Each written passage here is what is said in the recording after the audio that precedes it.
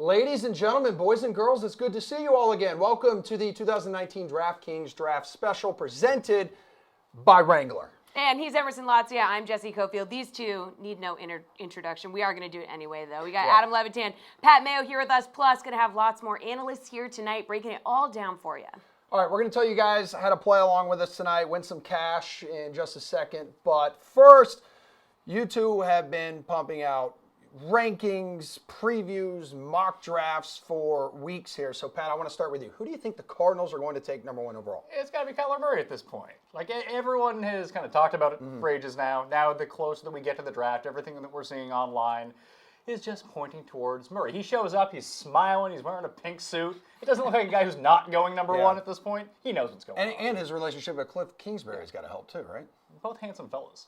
Yes, indeed they are. We know all about that. Cliff Kingsbury can dance. So yes, he can. We've seen that. All right, Adam, what about you? What do you think? I mean, we know the Cardinals have a lot of needs. Do they need to take Kyler Murray? Yeah, I actually don't think they need to. I think they will, though. I mean, I actually think Josh Rosen can still play and play pretty well in this league. I think the scheme he was in last year was just a total disaster. No, Arizona was a bad scheme last year? Yeah. I don't believe that for a second. Right. So if it was me, I would probably stick with Josh Rosen and play it out that way. But I do think they will go with Kyler Murray. And it's been like a 6-year process, as Emerson alluded to, for Cliff Kingsbury to get to Kyler Murray in the scheme. He runs the air raid. Kyler Murray is perfect for the air raid, drop him back in shotgun and score a lot of points. And I think that's what they think they'll do this year. Well, it was a key move on his part, just wherever you go, being Cliff Kingsbury, just lose. Yep. Lose, become head coach. He was under 500 for all his time there at Texas Tech. Genius, though. Brilliant. Genius. The long game. That's what I'm called told. the long game. That's what I'm told.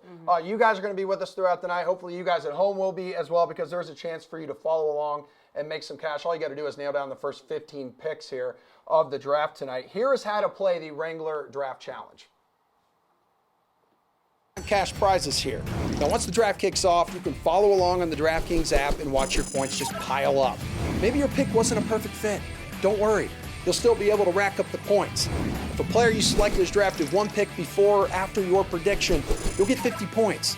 If the player is drafted 2 picks before or after your prediction, you're going to get 20. But it's totally worth nailing your picks, because each one you get exactly right will be worth a whopping 100 points. Plus, you can get up to 75 bonus points depending on how many perfect picks you make. So put your knowledge to the test, take a shot at a share of $20,000 in the 2019 Draft Challenge presented by Wrangler on DraftKings now. Speaking of easy, we got Reid Fowler, who's hopping on with us on the set. Adam and Mr. Pat Mayo are back as well. It's good to see you, partner. We're giving Jessie some time off for a wardrobe change. It. Guys, all right, so there's going to be 254 picks made over the next 3 days. I want to know, and as do the people at home here who are trying to get these top 15 picks nailed down so they can make some cash, win this Wrangler Draft Challenge, which 3 selections you feel like most confident about, most certain? So, Reid, you are new here. Hit us with one of the picks that you think is a sure thing in the top 15. Yeah, you got Nick Bosa, I think, number 2. I think when you look at need and you look at talent, and this guy clearly, even though he didn't play in his senior year other than, 2 or 3 games, he has all the skills and what San Francisco needs, right? I mean, if you look at what they've done in the past with their draft, Solomon Thomas, DeForest Buckner, these guys haven't necessarily panned out. So Nick Bosa would be my first, I think, lock, if we want to say that, at number 2 for San Francisco. So we got Murray, we got Bosa. Yes. We're almost there. We're almost to 15. He's going to be ours. Only 13 more, if my math is correct. Real quick, though, Reid, we were talking a little bit off camera, kind of the strategy with this Wrangler Draft Challenge, because, again, I mean, you get 100 points if you nail the pick. You get 50 if you get it within 1. You get 25 if you get it within 2. There's other bonus point options on there as well. How do you approach this? Yeah, well, if you're like Mayo here and you're Ricky Bobby, you want to be either first or last. That's how you play it. That's how you play it. You're playing to win, right? You're playing to win. So, I mean, Kyler Murray, for instance, right? We'll just take him as the easy number 1 pick where you can get 100 there. But if you pick him at number 2, for instance, maybe you think that he falls down to number 3 or 4 if the Cardinals go with someone like Quinnen Williams. That might ensure you at least 50 points, as opposed to if he falls to 3 and you got him at number 1, then it's 25 points. I will say that if you're going to play the first or last type of game, taking Murray at not number 1, probably not the best move. You're probably not going to win that way. Right, and that's the game theory part of it, right, is you're probably not going to win, But that's essentially what you would try to do. Adam, what's your strategy with this, the Wrangler Draft Challenge? Yeah, so I think similar to the way you would maybe play a DFS contest, if you're totally sure that Kyler Murray is going to go number 1, you would take him. If you think there's only a 50% chance or a 40% chance that Nick Bosa would go second, first time tonight. Can we call him the good Bosa, the bad Bosa? Then I think, and you think the ownership's going to be over that, then you would go ahead and fade. So I think in this specific contest, I wouldn't mind going for a fade on Nick Bosa at number 2 overall. Well, do you think it'd be better to go with like fades of certain picks that you think everyone thinks are locked in, or like try to project a trade that happens? Like, hey, this team's going to trade up to 3. Yeah. Like, So thinking a little contrarian here. I mean, there's been an average of like 7 first-round trades here over the past 3-4 years in the draft. Like if Murray goes number 1, and let's say, I don't know, the Redskins trade up to number 3 with the Jets, and they select a quarterback. Does that like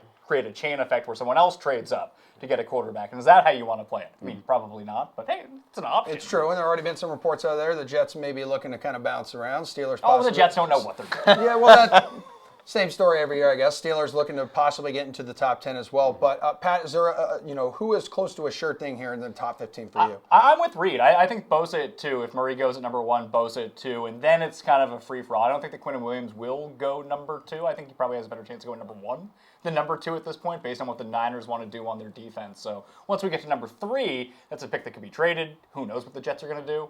So it's a spot where it's probably Williams, it's probably Josh Allen.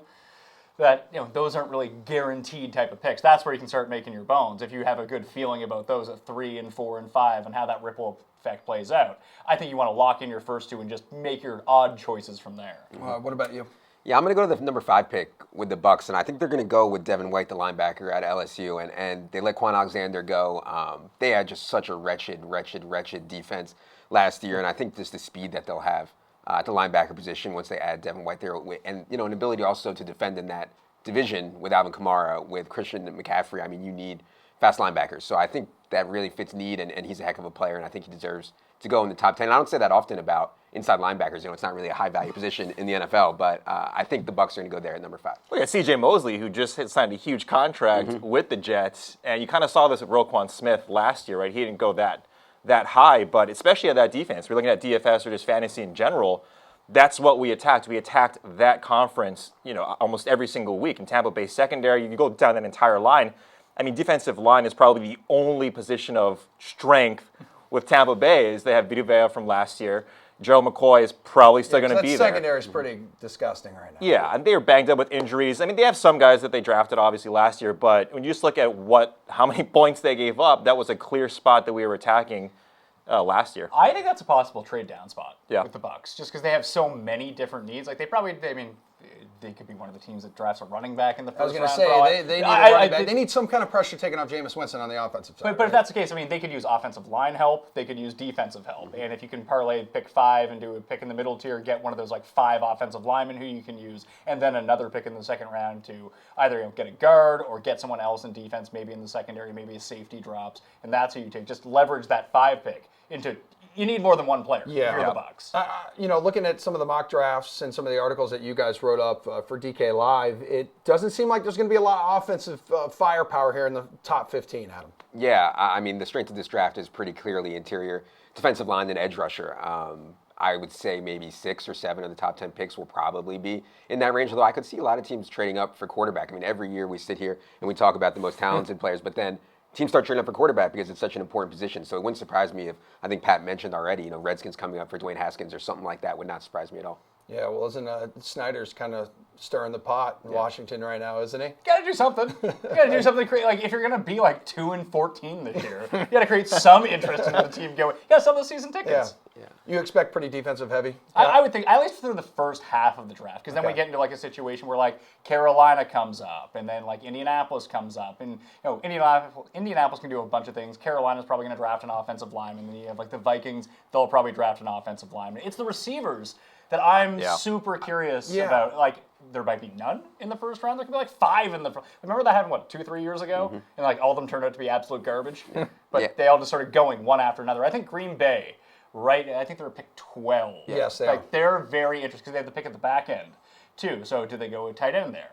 Do they go with the receiver there? It just seems like there's a new regime in, and where Aaron Rodgers has been so unhappy that they don't need to do it. It's not a pressing need on their offense. But like, hey, let's go take the best wide receiver, help Aaron Rodgers. Yeah, I love this wide receiver class. I can't believe that some people are saying that no wide receiver might go in the first round. I mean, from an athletic perspective, this is one of the best wide receiver classes we've seen in a long time. So, yeah, I'm also excited to see where they go. And Green Bay desperately needs somebody opposite Devontae Adams. Yeah, Packers at 12. Packers, again, currently right now, barring a trade at 30. You got to think they're going to get some help for Aaron Rodgers. What do you think, Reid? Well, yeah, I mean, just look. They drafted receivers last year, right? With St. Jamon. Yeah, and Equiminius St. Brown, clearly the best name in the draft in the last 5-10 years. But it doesn't hold a candle to anyone in the first round this year. no, not true. But look at their positions on the offensive line. Where we talk about helping Aaron Rodgers. I mean, Bakhtiari, Balaga, these guys are always hurt every single year. And if we talk about talented draft and just positions, you look at offensive tackle, offensive line, and guard, they have some really talented offensive tackles and guards in this draft class. And so when that first one goes, so if it's Jawan Taylor or whoever it is, then we start seeing that cascading effect like we see in fantasy drafts, right? The first receiver goes and everyone wants to pick up the receivers. It's the same thing here. Well, I guess the big thing is like when we talk about receivers and how some might not go in the first round. Is that because the separation between like 1 and 6 isn't there, that people are just waiting for the dam to break? I think that is what teams are thinking. They're thinking, I don't want to be the first one because there's not that much separation between the first one and the sixth one.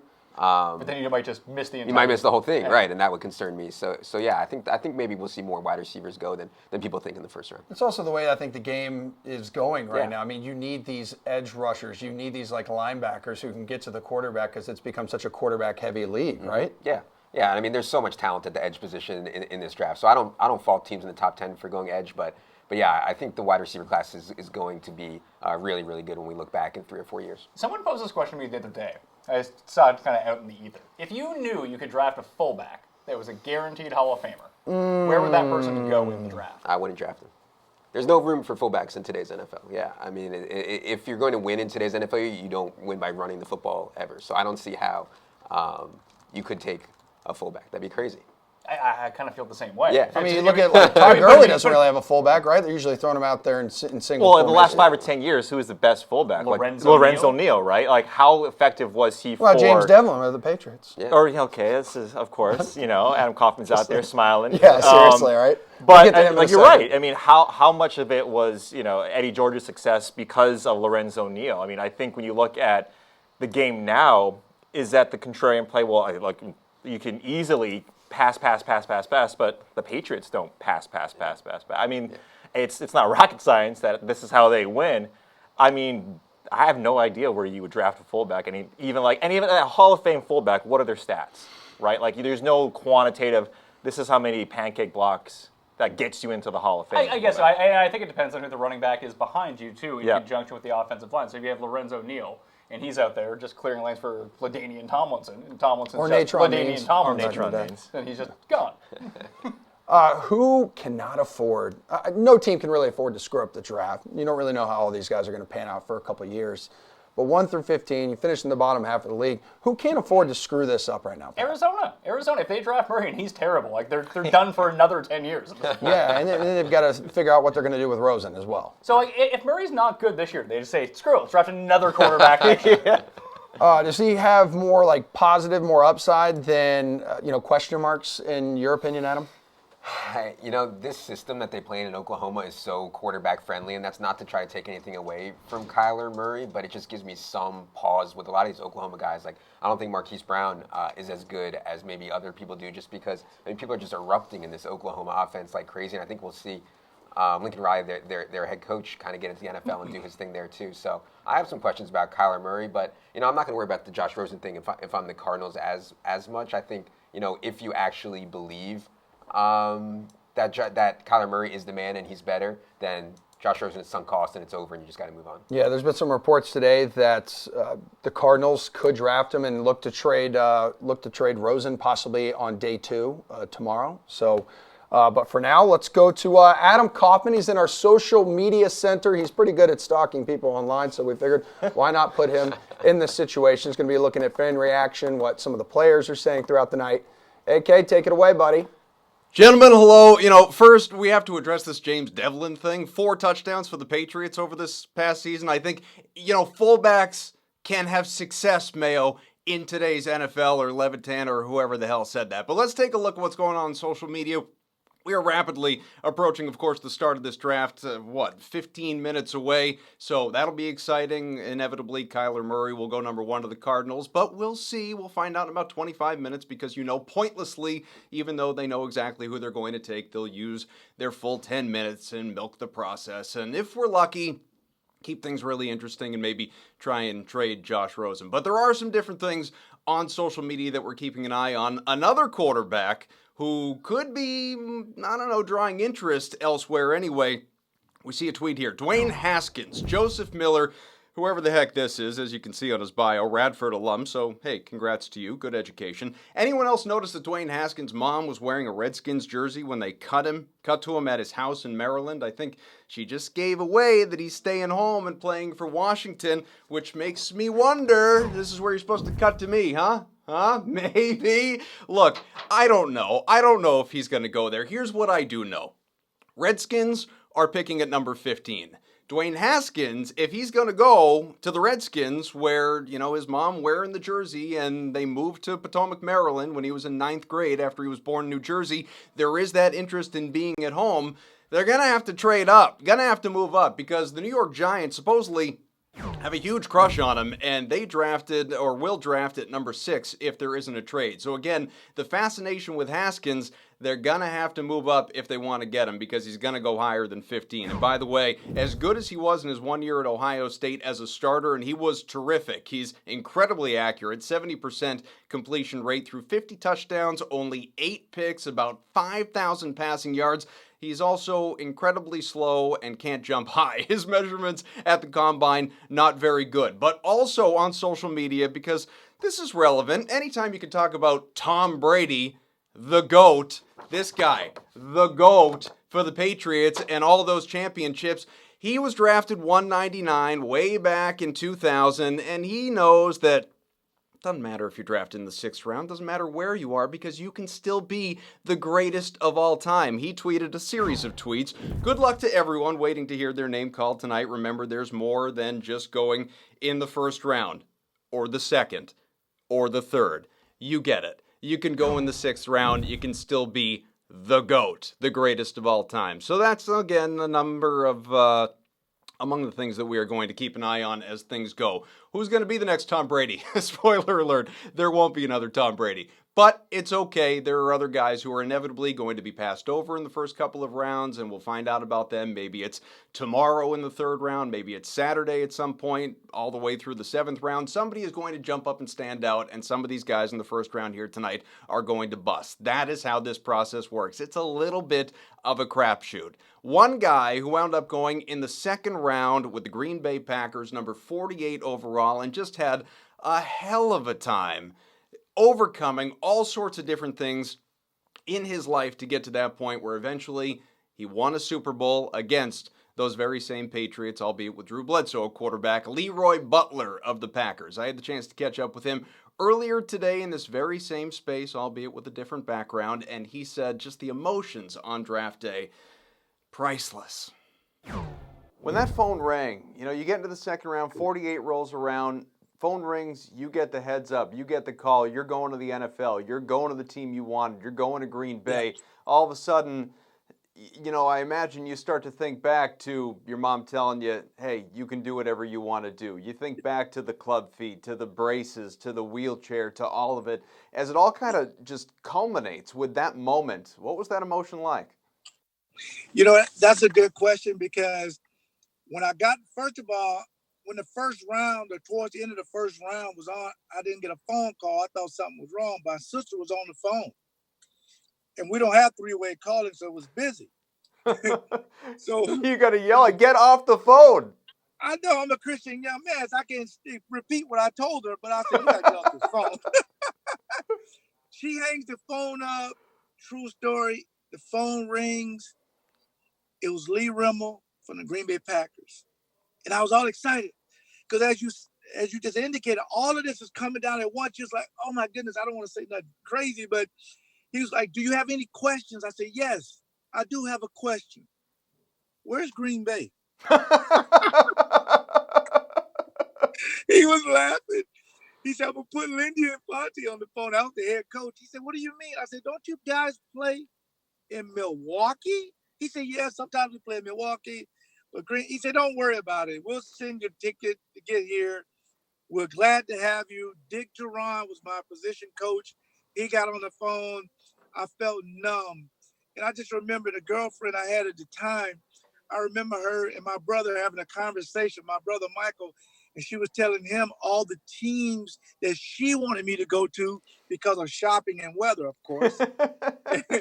And when she heard the commotion, she's running out. She had the last little bit of food. Where'd he get drafted? Dallas? Miami?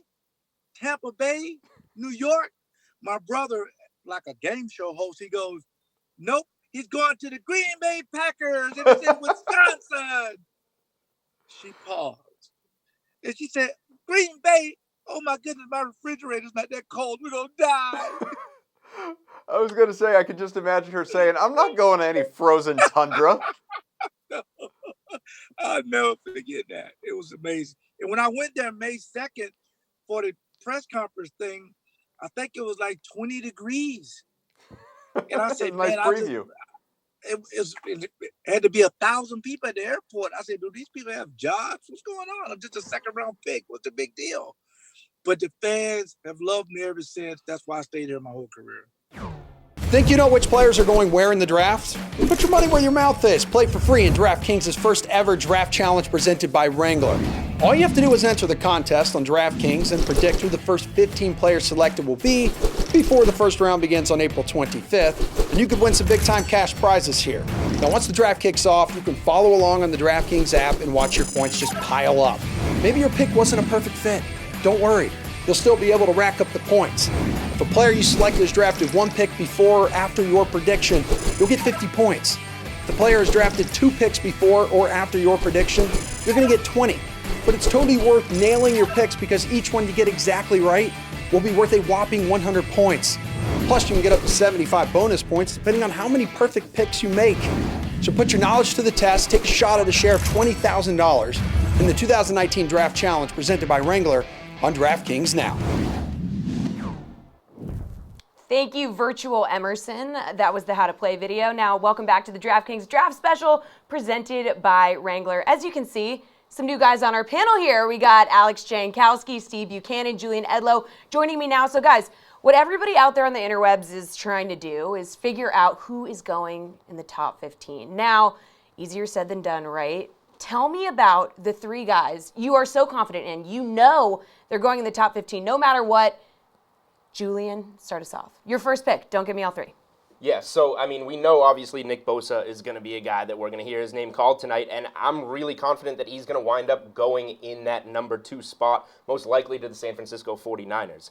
Look, we have Kyler Murray coming out saying he would be shocked if he's not the number 1 pick, and although he fits a need for a team, I think the best overall player in this draft is Bosa. He also fills a need for the 49ers, so I think it just makes the most sense that we see the best overall player go in that spot, assuming that Murray's going to go number 1 overall. Steve, what do you think? I saw you nodding in agreement.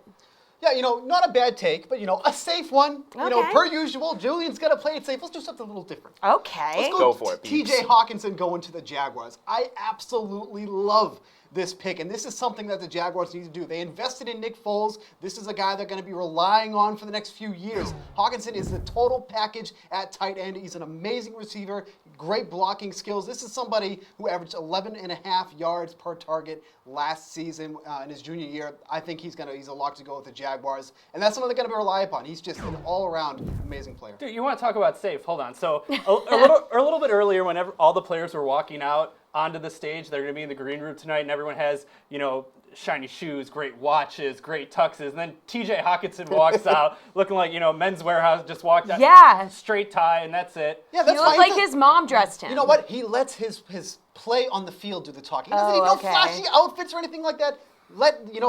Blend in, bust out on the field. It's not like we saw that in any mock drafts either. I mean, 7th to the Jags. I like it. All right, Janko, this is a pick you're totally confident in.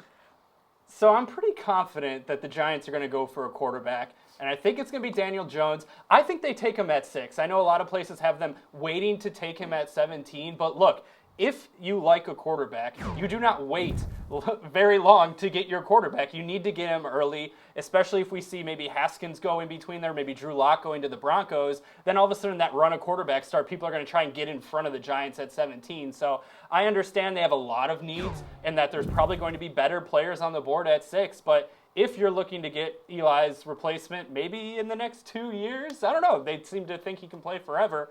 I think you got to go and get him right away, and their best chance would be to do that at 6. Yeah, I mean, I think Giants fans would love it if they took a quarterback, anybody. But Eli, at this point, all right, who are you going with? This is another pick, Jules, that you just feel totally confident in. Who's it going to be?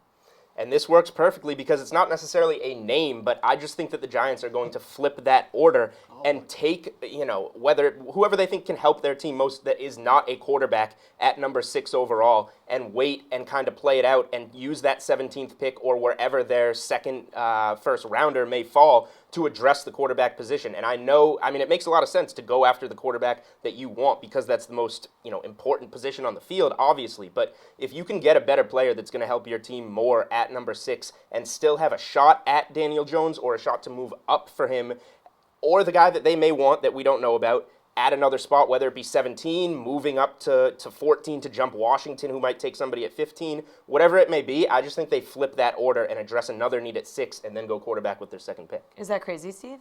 I mean, it's not totally crazy, but, something I like, too, is that Washington trading up to get a quarterback. I mean, look, earmuffs to Redskins fans, you're not going to be good anytime soon.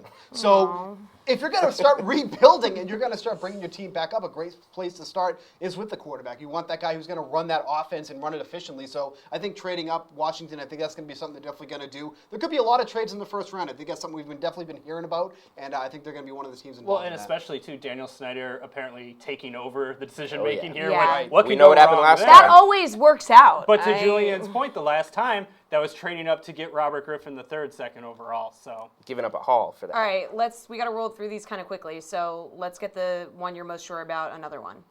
Yeah, so I think the other thing, too, is that I think the Giants are going to end up trading up as well. Trading down. I don't know if they're going to get the guy that they want, so I think trading down is going to do that. If they're not going to get a quarterback, all of them are gone by the time it comes to them, I think they'll end up trading down. Janko? I'm going to go Quinnen Williams goes third. I'm just not sure maybe what team it is. The Jets always are going to have a strong defense, have a lot of pieces there. I don't think they necessarily need him, but he's certainly the third, if not even better, in this draft as far as how you rank overall talent, not worrying about position. So I think other teams might, maybe the Bills, who definitely want to bolster their interior, might try to move up into that 3 spot, but I think Quinnen Williams goes third. All right, third pick, final. Make sure you're sure about this. Oh, I'm sure about this one. This is a great draft the other because ones, I don't know. We don't know what's going to happen. We always seem to know who that number 1 pick is going to be. We think it's going to be Kyler Murray. We don't know that. It could be Bosa. It could be Williams. What I'm absolutely sure of is that whatever the Raiders do at number 4 or wherever they trade will not go over well, and that is my lock of the draft. Who ran the fastest 40? Yeah, let's check some 40 times. Who's the fastest? Who's the strongest? Take him. DK Metcalf, he's fast, he's strong. Let's take him. Whatever the Raiders do, it will not go over well. Steve? Lock. Lock. Oh, Drew Lock. So they're going to take Yeah, more guys. maybe it'll be Drew Lock. Who knows? That would make sense for the Raiders. No, but I think, honestly, I think Julian nailed it on the head here. I think that's definitely going to be something that we're going to see something with the Raiders here, and then we're going to have it's going to be a riot in Oakland. The only other name I want to bring up, too, Montez Sweat. I think everyone consensus like a top 10 talent. Certainly the way he tested in the combine should be in the top 10. There are some issues maybe about potential heart issues, some health things. Sounds like some reports now saying that might have been a little bit overblown. So a team maybe in that 10 through 15, you could be getting a top 5 potential talent there a little bit later because people might pass on him. All right, excellent work, gentlemen. We will be back shortly. Right now, Adam Kaufman, he's scouring the internet for the best stuff on social media. Let's see what he found. I'll tell you what, Jessie, guys, there's a lot of good stuff going on social media right now. I almost feel badly for the people that have to listen to all these hot takes about these draft prospects because just sitting here surfing the web trying to find all the great draft analysis, there's a lot. And, there's one thing that caught me because you always think to yourself, we were talking about the Patriots earlier, right? And remember when Tom Brady was suspended for Deflategate, that thing that we don't talk about anymore, and they had the first-round pick taken away? Well, the Dallas Cowboys would have had an opportunity to draft, obviously, in the mid to late part of this first round. Thing is, they lost their first-round pick, not in that it was taken away, like the Patriots had theirs stripped away. They traded it. They dealt it away for Amari Cooper, and it wound up being really good decision. He was really, really good. Matter of fact, somebody tweeted out, Amari Cooper worth the first shirts are being sold at the Star, $35 each, limited to only 214. Amari bought some earlier today for his family. So again, that's pretty cool. And, you know, I spoke with Nick Eatman. We'll give you some of his, what he had to say about the Cowboys' approach to the draft and all that stuff a little bit later on in the show. But one of the things he said is that, yeah, it stinks not being active here in all likelihood on a Friday night or Thursday night, round one of the draft, not having that ability. But the fact is, when you don't have a first-round pick, but you got Amari Cooper, it's kind of worth the trade-off. So I like the T-shirts. Also, and look, multiple reports have at this point indicated that Kyler Murray is in fact expected to be taken number 1 by the Cardinals once the draft gets going. I don't know why we're even going to have any of the stupid suspense and having to wait out the clock. The fact of the matter is Murray is going to wind up going to the Cardinals. And so that in mind, we have a tweet with Kyler Murray going number 1 as Albright NFL reporter. That means Quentin Williams will likely be on the board at number 3, and for that reported Bills trade, popcorn is on the ready. Okay, that's one of the things that you need to consider, and of course makes us go, I don't know what is going to happen, but we know there are going to be trades, and it's always fascinating when there are trades that are going to be in the top 5, okay? So something to keep an eye on there with Quentin Williams, who I know some of the guys have talked a little bit about already. Also, Diana Rossini, there was a tweet. Dan Snyder, we were talking when I was on with you last time, just a little while ago, Dwayne Haskins, the infatuation, the fact that his mom, again, a Maryland native, she was wearing a Redskins jersey when the footage cut to him at his house, and would there be that possibility? Moving up from 15, we know the Redskins need a quarterback. Alex Smith is not going to play. Case Keenum is probably not the answer. Colt McCoy has already established that he is not the answer. They need a quarterback. Even if you start the season with Keenum being your number 1, your week 1 starter, you want to start with a guy that you can roll with and mature and learn all of that over the course of the year, and a guy like Dwayne Haskins is maybe someone. So Dan Snyder sat in on a pre-draft meeting. Dwayne Haskins, just the one. Dwayne Haskins, he is now obsessed with drafting him, and it seems like a smart approach. It's love. It is love for Dwayne Haskins and the Redskins. One more, then we're going to go. Kyler Murray said his pink suit tonight is inspired by Leonardo DiCaprio, the one that he wore in the Great Gatsby movie in 2013. Okay? You saw that suit. I've seen that suit. It's all over Twitter. This is pretty much how I feel about that suit. Okay. We'll give you more social media stuff coming up a little bit later on in the program. Wrangler jeans are made for those who roll with the times. Like this guy. And her. And him. And these two. Whether it's play, work, or a little of both. New styles, great fits. Wrangler, real comfortable jeans. Okay, people, it's 8 o'clock. The Cardinals are almost officially on the clock here. Your lineups in the Wrangler Draft Challenge, though, those are officially locked. Gentlemen, I don't know what Kaufman was just talking about there. Kyler Murray's suit's fire. I'm sorry, it is. I really enjoy it.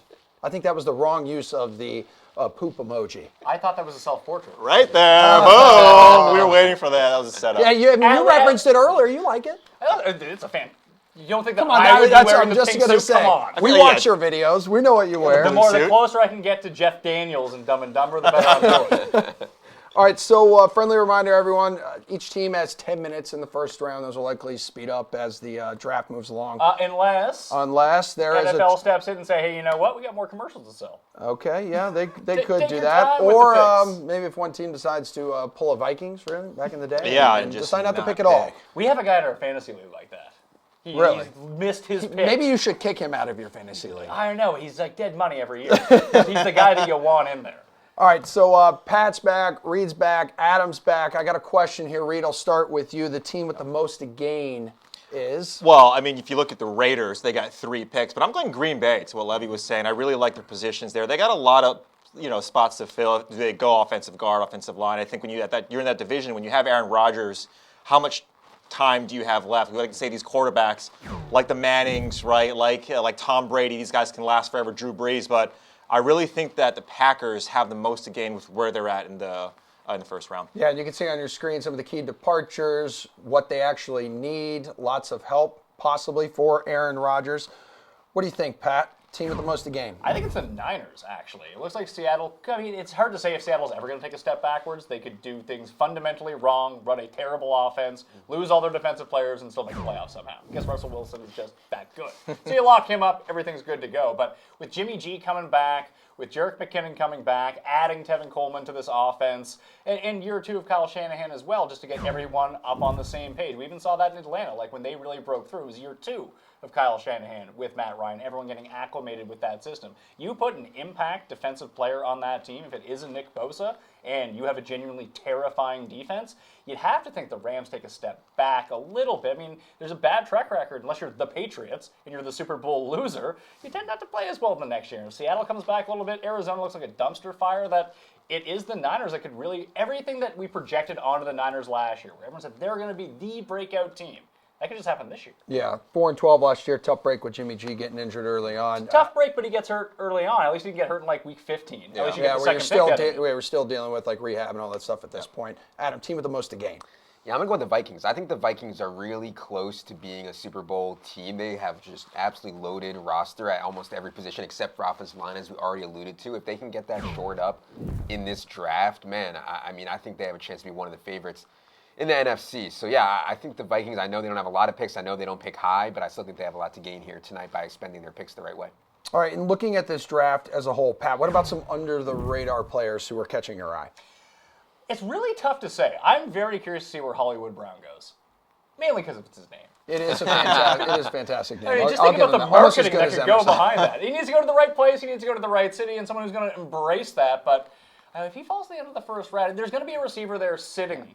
And maybe that's one of the tight ends for the Patriots. And whether or not they keep their pick at 32, maybe they trade back, maybe they actually trade up for the first time. I'm very curious to see what offensive skill players are sitting there and whether they'll make a move on that or not. I don't even know if they will. Yeah, I mean, there's so many guys in this draft. I could talk all day about this. We have hours to fill. Save some. So the running back from Penn State, Miles Sanders, if it wasn't for Saquon Barkley, everybody would be talking more about Miles Sanders. I think that when you play behind Saquon Barkley for a couple of years, when you get compared to him constantly, it's really hard, right? If Miles Sanders was just on his own as an independent prospect, I think he'd be an awesome prospect. I think Miles Sanders is a great player. And I think Andy Isabella, too, the kid out of UMass. Yeah. Everybody just thinks he's going to play inside and just be a slot receiver. He can play on the outside. That was a ridiculous 40 he ran, too, right? I mean, 4.4 or something like that? 4.4, that's not very Wes Welker-esque. Yeah. No. I've seen better comps, I think, to Brandon Cooks for Andy Isabella. So yeah, I'm curious to see where he lands because I think the analytics crowd is really high on Andy Isabella as a guy who can really make an impact. And you could probably get him in the 3rd or 4th round, probably. All right, Reid, someone under the radar you like? Yeah, Jeff Simmons. If you look at him out of Mississippi State, you look at what's happening with Montez Sweat, right, and the condition that he has. And we don't know how severe that is. Simmons tore his ACL, so you start to look at some of these things where now, if you look at 2019, 2020, and how guys come back from torn ACLs back when we were playing football, which not very well, but obviously it's changed for the better. So if you can pick up a guy, and if you look, and he's probably the 6th or 7th or whatever he is in mocks in terms of his position, he's a guy that can really make a lot of changes. When you look at edge rushers, every single team who doesn't have Von Miller, Khalil Mack, and these other top guys are in need of an edge rusher. And Simmons is someone that I'm looking at that in the latter part of the first round that some could potentially get a steal there. You mentioned running back. Why are we not talking more about running backs right now? Yeah, it's not 1976. Well, we saw what Saquon Barkley last year.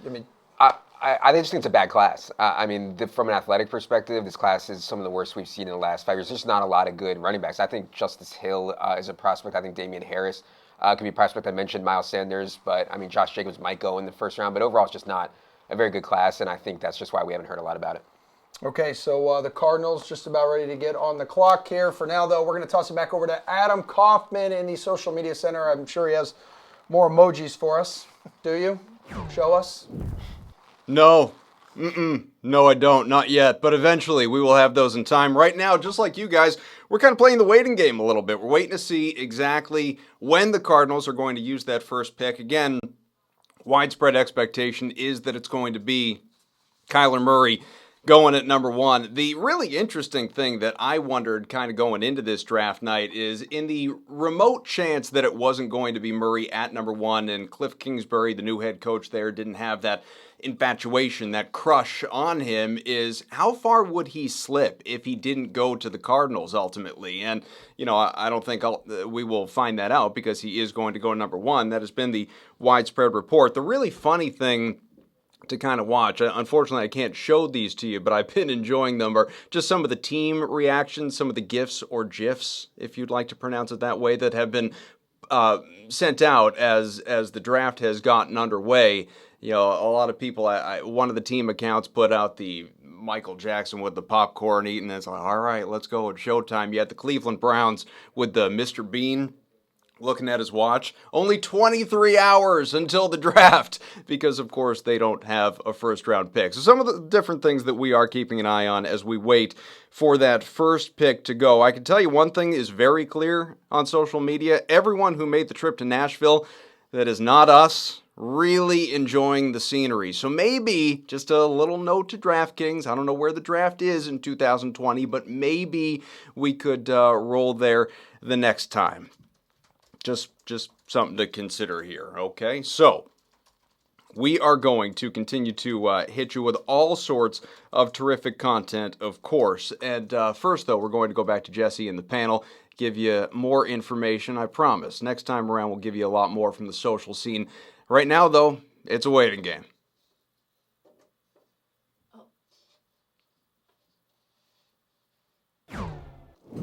And we are still waiting to find out who that number 1 pick is going to be. So, guys, really quick, as we wait, as we sit here, number 1 pick, do we still think it's going to be Kyler? And if it's not, who could it possibly be? Jules? I mean, we have no reason right now to believe it's not going to be Kyler Murray. I think that's what all the indications point to. However, there are other really good players in this draft. I mean, Bosa, Quinnen Williams, both guys that could not only fill a need for the Cardinals, but might wind up being the better NFL player overall in this draft. But the position is just such, it's not of need for the Cardinals, but it's so intriguing to take a guy that has that kind of Baker Mayfield type game, considering the rookie year we just saw from him. When you see that from Mayfield, how can you not want that from a guy like Kyler Murray? And here's what I'll say: if Cliff Kingsbury believes in Josh Rosen, which I can get on board with that. Look, like, he had all the cards stacked against him in his rookie year. He's still going to be a very good quarterback. Then you don't make that pick at number 1 overall. Right. Somebody is going to want Kyler Murray because, as we see all the time now, you need that first-round quarterback because you need the 5th-year option. You need to be able to extend him as long as you can. Win now when he's on his rookie deal. Then you have to pay him a boatload of money, and the rest of your team kind of goes down the tank, which we're starting to see with teams like the Seahawks now. So if you do not want to take the quarterback, that's fine, but you need to find a team that does move back. Maybe it's to Florida, Oakland, maybe it's somewhere else, acquire some more assets. You'll get good players later on. You don't need him, then you let someone else take him. Okay, so I have a question. There's kind of a lot of rumors floating around Twitter about, like, off-field stuff with Kyler Murray, just, maybe events he did or didn't show up to. How much does that sort of gossip play into, you think, a team looking at somebody and saying, is this, like, a guy we want in our locker room? Like, people are saying, people were really sure he was going number 1. Seems like people are kind of not so sure. Does some of that off-field stuff play into it, Jules? I think Steve, you're next. I think off-field stuff. I'll take care of it, Buchanan. Come on, Steve. I think off-field stuff plays a role, but I think more important than the off-field stuff is that you need to get to know that player. So you need to do your due diligence, bring that player into your facility, do your interviews, see what he looks like, obviously, in the drills, but do your interviews and, evaluate who you think that person is. And the other thing, too, is that, especially with social media, just because there's smoke doesn't mean there's actually fire. I mean, there's so many teams who will throw anything out there to try to maybe dissuade other people or whatnot. So, especially the week leading up to the draft, you just hear about everything and anything. Like, if somebody jaywalked, across the street, you're going to hear about it. You're going to hear about this week. it. I mean, really, anything that's just to maybe dissuade some people or anything like that. So, you really have to take everything you hear with a grain of salt and just... the teams did their due diligence. They did their scouting. They see them at the combine for the majority of these players. They know what they're getting into without all that, hoopla otherwise. So I think does it matter a little bit, but it's not something that I think people are really considering at this late in the game. I will say, though, the other thing with Kyler Murray that you do have to consider, it's not necessarily off the field or anything with his personality. It's the fact that if football doesn't work out, he's got a bunch of guaranteed money waiting with him with the Oakland Athletics as well. Be a pretty good center fielder, and I'll tell you, there's no 300-pound lineman trying to hit you when you're playing in center field. That's true. So, all those issues are concerns about maybe his height or his durability, about running in the NFL. I do think you sometimes have to weigh that risk of 3-4 years down the road. He could have we talked about RG3 earlier too. Look at that great rookie year, started to get hit a little bit, and then things went downhill from there. And he obviously has some incentive maybe to say after that rookie deal, all right, let's give baseball a try. Now, he's wearing a pink suit, and he said that he's wearing the pink suit because he was inspired by Leonardo DiCaprio in The Great Gatsby, the movie that came out. Obviously, we all saw the movie, saw Leo in it. What do you think about the outfit? Like, could we grade it? I mean, do you like the pink suit, Julian? Would you wear it? I don't know if you're going to catch me in a pink suit anytime soon, but I will say that I like the inspiration. I like going with Leo from The Great Gatsby. You can't find a really classier look than that. So it wasn't a bottle of Pepto-Bismol. Okay, I just wanted to make sure. It wasn't. He was not inspired by a bottle of Pepto-Bismol. Well, the butterflies in the stomach, draft night. Yeah, butterflies in the stomach. Not a fan. You would never catch it on me. Okay. You know what I liked? What? My boy Hawkinson just showing up in the men's warehouse get up. Just like, you know what? I'm going to be making so much money. Why go splurge now? Splurge later. One plain suit, please. Yeah, he literally just looks so standard. Yeah. I mean... This is your area of expertise. I know. Can we hear what you think about the suit? So I actually, oh my God, I hated it. I really hated it. Like, oh man. It was very like, look at me. If he doesn't go number one...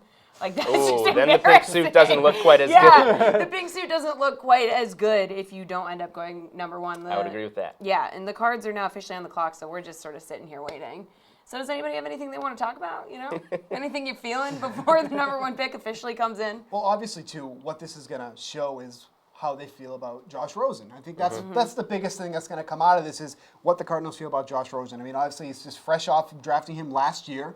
That was the guy that they were targeting. And, you really can't fault him for his lack of good play last year because the team that was just surrounding him, just absolutely abysmal from top to bottom. So if he ends up being available, there's going to be a lot of teams that are going to be interested in him too. And, from how it sounded lately, it doesn't seem like it's going to take a lot to acquire him. So that's the big part that I'm actually really interested in to see if they do take Murray in this spot, then obviously that's the end of Rosen. If they don't...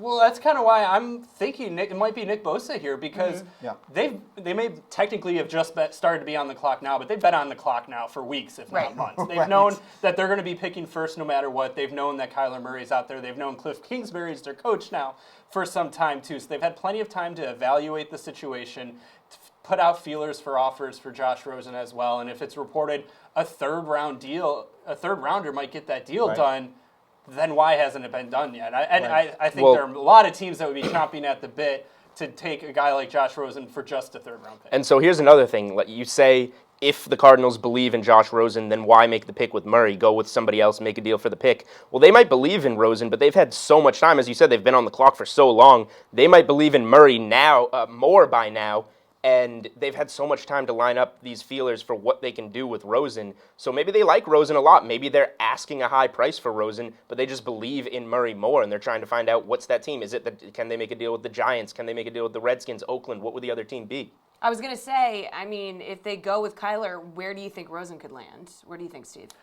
I'd like for him to go to the Patriots. That would be a great landing spot. Honestly, there is I think a lot of it has to do with, too, is how the draft shakes out, because there are 4 legitimate quarterbacks in this class that people are going to be looking towards. And if a team isn't able to land the guy they want, then we start moving. Like, we're not going to find out tonight or anything, or tomorrow or anything like that. But I think, like, it really depends on how the draft ends up shaking out, what teams are going to be looking for, what teams need a quarterback. So there's a lot of teams that could end up taking him, like even like the Jaguars. Even though they have Nick Foles at this point, Nick Foles is not going to be there forever, obviously. And to have someone like Rosen waiting in the wings, that's not a bad plan to have right there. Yeah, I think the best case for Rosen would be to go to New England or maybe Los Angeles on the Chargers as well. Learn a little bit from Phillip Rivers. You don't see it really ever anymore in the NFL where these rookie quarterbacks wait more than half of a season before they're thrust into action. But that would be a great spot for him. I think if he goes to a place like New York or Washington,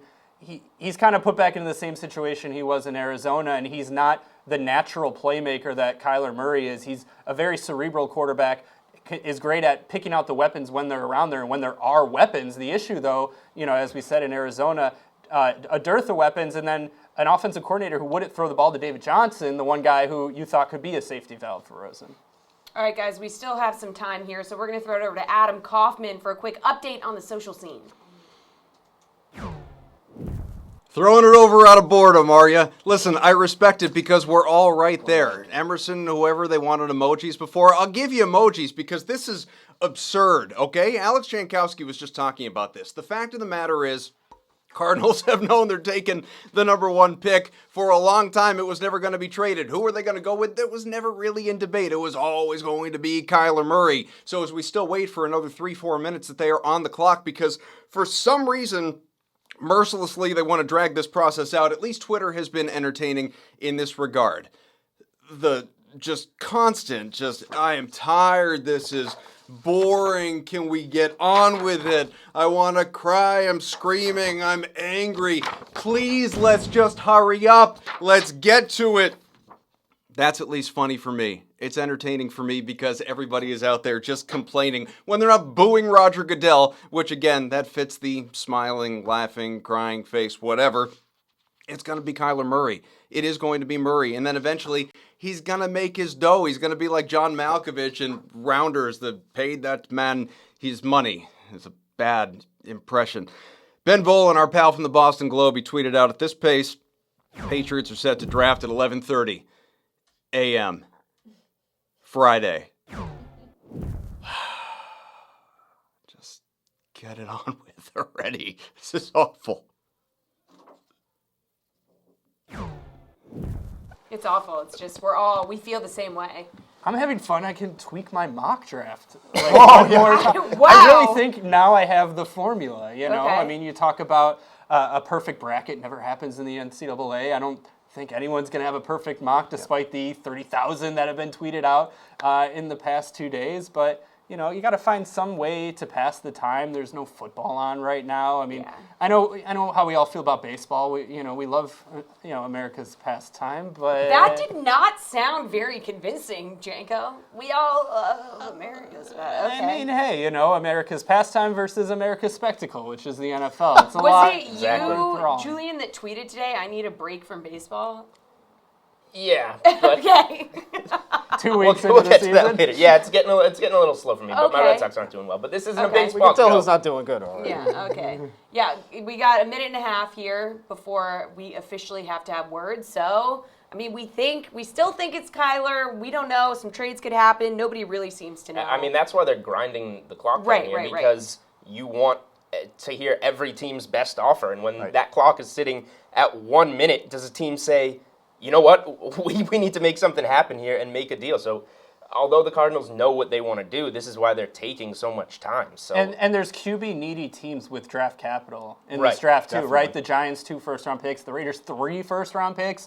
Not yet convinced that Derek Carr is going to be the guy who works out for them, and maybe that's the riff that sent home the entire scouting department. If I'm Arizona, as soon as I hear that Washington is letting Snyder take over the draft. After seeing the RG3 Something wild's deal in gonna the happen. past, I'm just on the phone with Washington. Hey, yeah, you want to throw us one more? You want to throw us one more? Someone's gotta And lock just see him what out you of can the pile room. it up to. Oh no, we can't hear you. What? Yeah. Well, we got Well, the when pick- he's the owner, pick in here. it is Passing a of the little papers. difficult. Yeah, the pick is in. The pick is in. Oh my gosh, who could it be, guys? This is so exciting.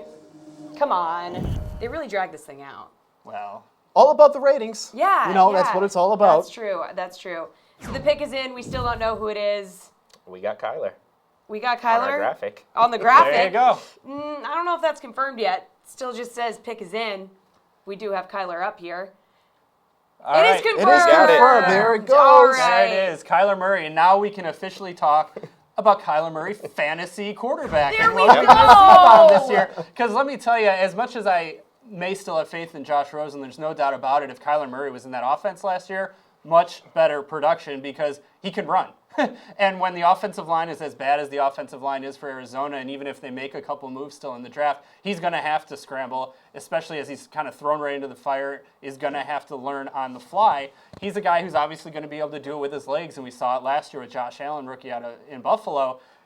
That's going to help you in fantasy. Maybe not in the wins column in real life, but who cares about that right now? We're just talking about fantasy. He's going to be a great quarterback to target when you're talking about indoors there in Arizona as well. Steve, what do you think? Well, one thing, too, is that obviously the Cardinals need to improve that offensive line. We've mentioned before that Kyler Murray is not a big man. You know, there's going to be durability issues, and that's something they have to worry about here. I mean, legitimately, if he takes a few big whacks, I mean, that's your prized prospect now. That's somebody you have to want to protect. So I think that's going to be one of their biggest needs moving forward. But, you know, arguably they have one of the best quarterbacks in this class, one of the best skill sets. So they took the right guy here. And, you know, obviously, like I said, we're talking about Rosen. This is now something that, you know, now Rosen's going to be on the move. So now the domino effect has started here with the Cardinals. But, yeah, that offensive line is definitely going to need some help. They want to protect their guy.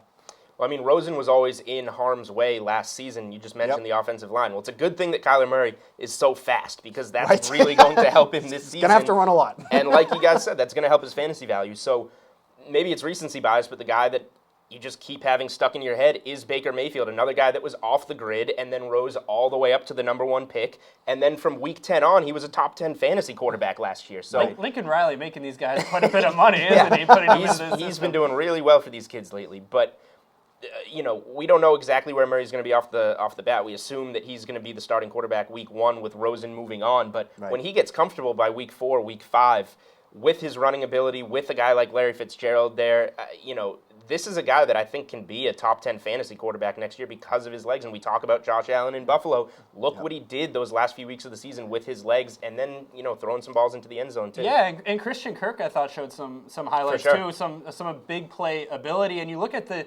defenses in that division, not as daunting maybe as they would have been in years past. Obviously, Clark now leaving Seattle, going to Kansas City. And, you know, the Niners just, they always have these high draft picks that they spend on defensive linemen. You never hear from them again. They just never end up showing up on tape. But then, and then the Rams going for it all last year, really kind of, you know, a lot of one-year deals with guys. Haven't really brought them back, like guys like Ndamukong Suh. Obviously, Aaron Donald's still there and is going to be a beast and in Kyler Murray's face often when they play. But still not necessarily as daunting as it might have been. It's not the toughest division to kind of cut your teeth in as a rookie quarterback. For sure. All right, guys, San Francisco officially on the clock. They've got the #2 pick. So let's talk. What do we think San Francisco needs? I mean, what are some holes that they need to fill? I mean, they have plenty of holes to fill, and that's why Yeah. they're picking second in the draft. However, So many. And they're so probably- many. they're hey, we probably see him gonna- right there on the board. They're Yep. probably going to take another defensive lineman, despite, you know, I was just going to Buckner, say what they Janko want just said. Armstead, So many disappointing D Solomon linemen. Thomas. They keep bringing these guys up, and every time they're drafted, it's like, okay, I can see it's another Pac-12 defensive lineman. The Pac-12 not known for defensive linemen, but they always go in their own backyard there, and then you never hear from them again. At least now, likely going Big Ten, going with Nick Bosa. Okay. Yeah, and obviously, you know, they've already made some moves. They have D Ford there, so they've already started to make some improvements. But it's like, you know, I was hoping for a little more drama in this draft already, but, you know, we're already going by Real quickly, though, the 49ers offense feels very under the radar at the moment, too, because heading into last year, that was everyone's dark horse offense, right? You bring in the new coach. You've got Jimmy Garoppolo for a full season. Jerick McKinnon getting signed to that huge deal. Well, 2 ACL tears later, now McKinnon and Garoppolo, the shine's off of them a little bit. Right. But still, the pieces are still there. So it'll be interesting to see how that offense can kind of mesh. Hopefully now the defense improves at least a little bit. Yeah, but they still need a true wide receiver. They still have so many needs. So when you look at them, if they don't take Bosa, who could we see them going with, Jules?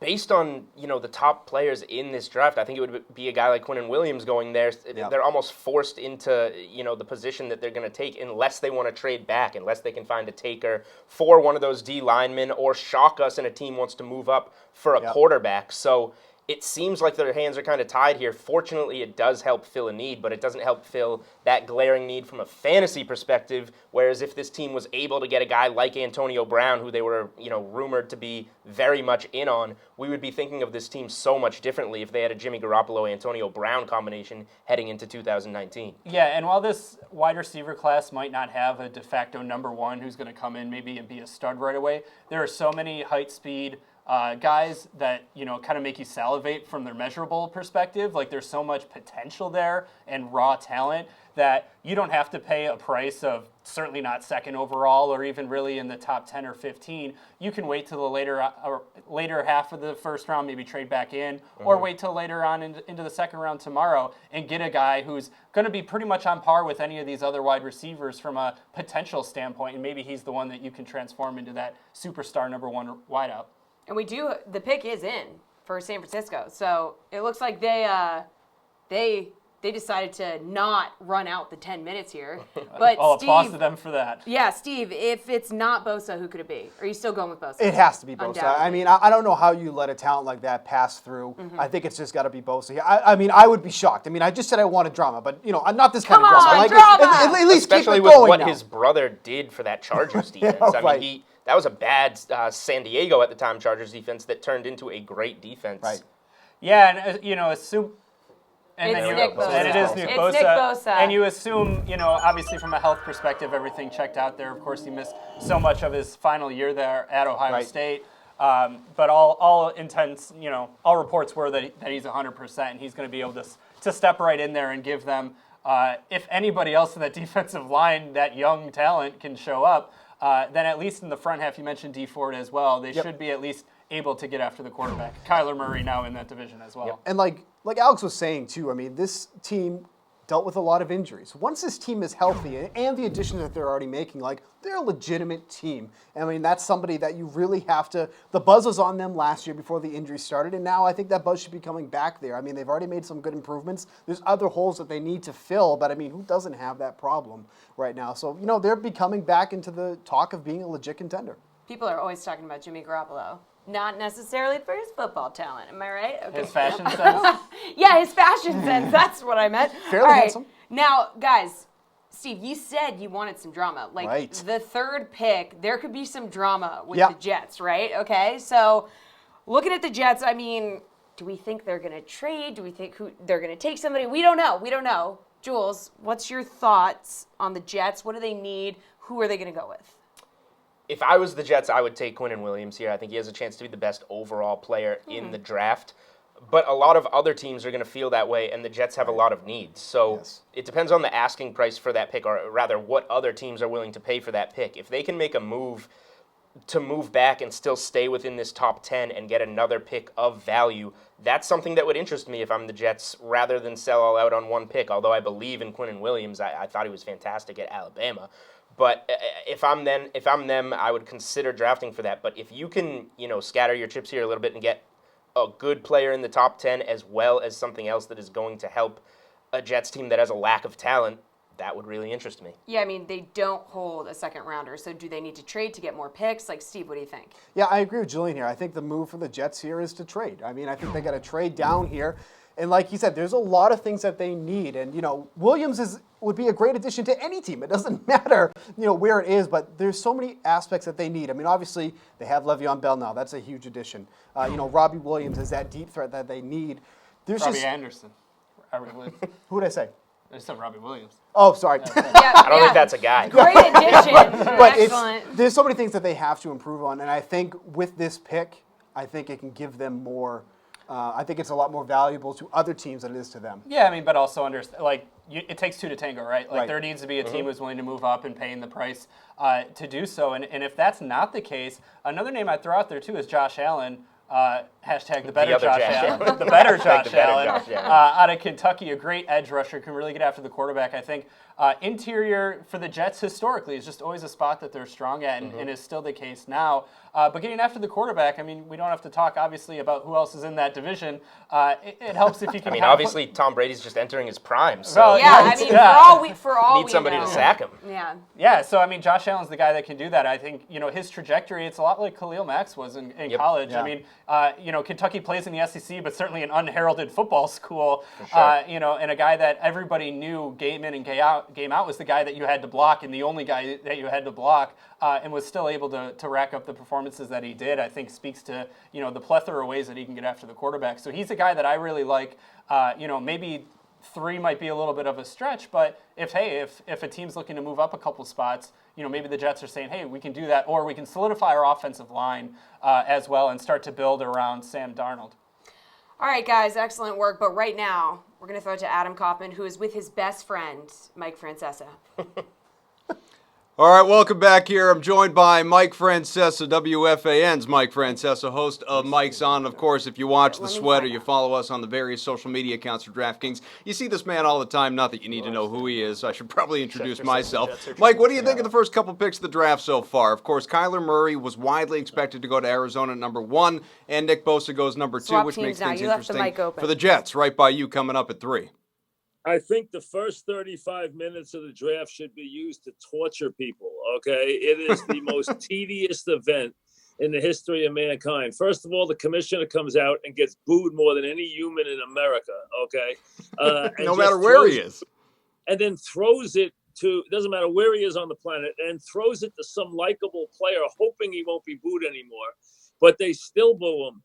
We know who the first pick is for a month, but they still take 10 minutes to put the envelope in. So we sit there for 30 minutes, nothing happens, and they make a pick that we knew 3 months ago. Until we get to some kind of drama like we are right now. The second pick, we knew it was going to be Bosa, so that's done. Now we have some drama. Now we're looking to see what color the card is. Now we're looking to see if it's a trade card or is it a pick card, because there'll be different color cards. So the bottom line is we don't know what the Jets are doing. There's been all kinds of rumors. The Jets, who are often inept in this spot, I just don't know. They don't want to be back here anymore to pick this high. I think they should pick a really good player who can make a difference. A lot of rumors they wanted to trade down. I think they'll probably take the safe pick, which is the kid out of Alabama, Quinnen Williams. I would take an edge rusher. I would take Josh Allen.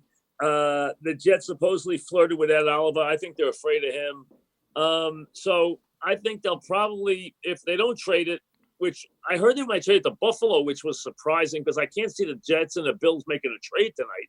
But there have been rumors about that. So if they keep it, I got to figure they'll take the safe pick and go Quinnen Williams, which nobody can kill him on. And that's part of this, Guys don't like to get killed in the early part of the draft. They like to take the safe pick.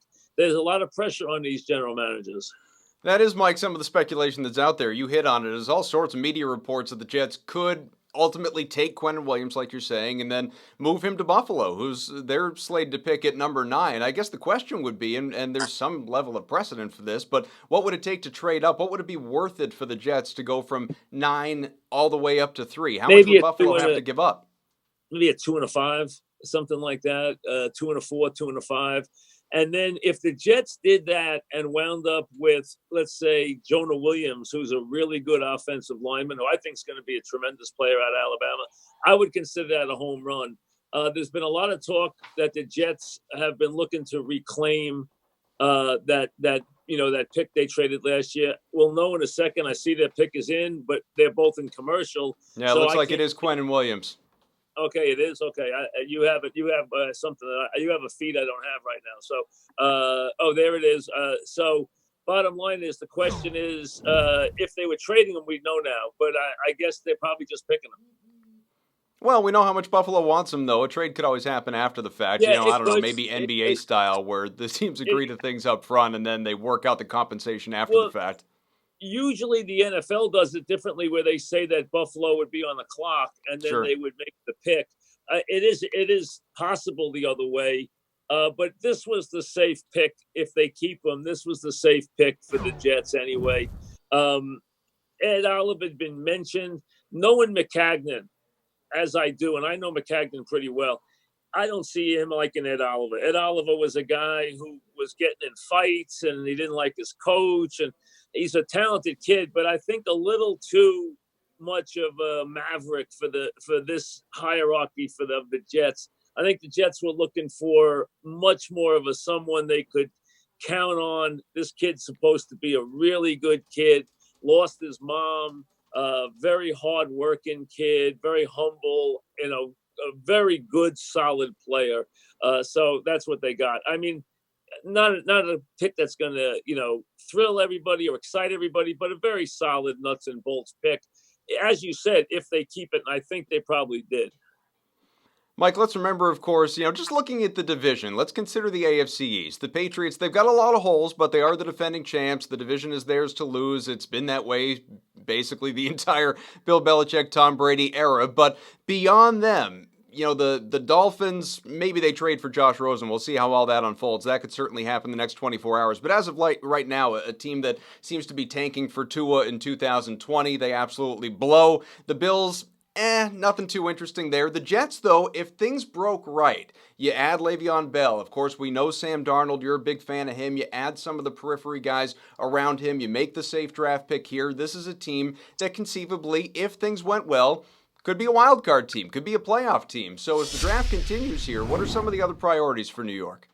They need the help to get the offensive line stronger.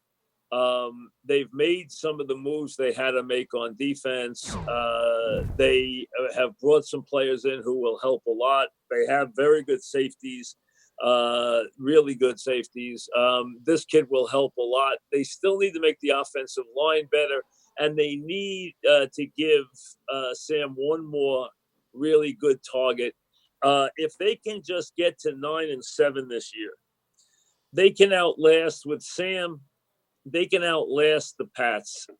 Figuring the Pats with Tom maybe are coming towards the end, although who knows where the end is with them. And you don't know how long Belichick's going to stay. But you can see that they at least are headed in the right direction. And I really think Donald's going to be a star. I think they are ready to be much better, and I think they are moving in the right direction.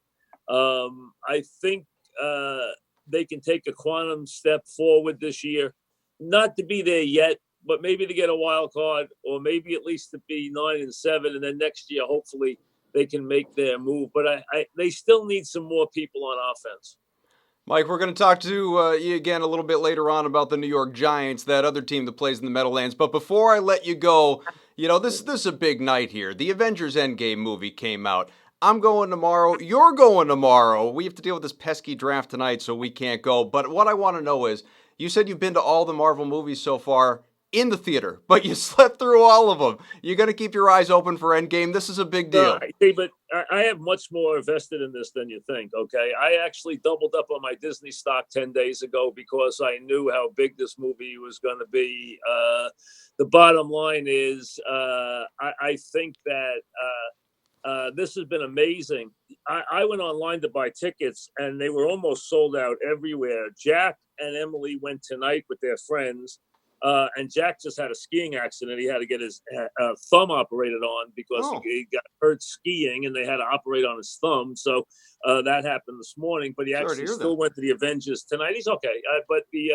But Harrison, who is 2 years younger than Jack, his friends are all coming tomorrow, and I already bought their tickets. But what I usually do in these movies is I put the kids inside me. I sit in the aisle seat. I get them everything they need, their popcorn, their Slurpees, whatever the heck they want, and then I go to sleep. And then they win when the movie's over.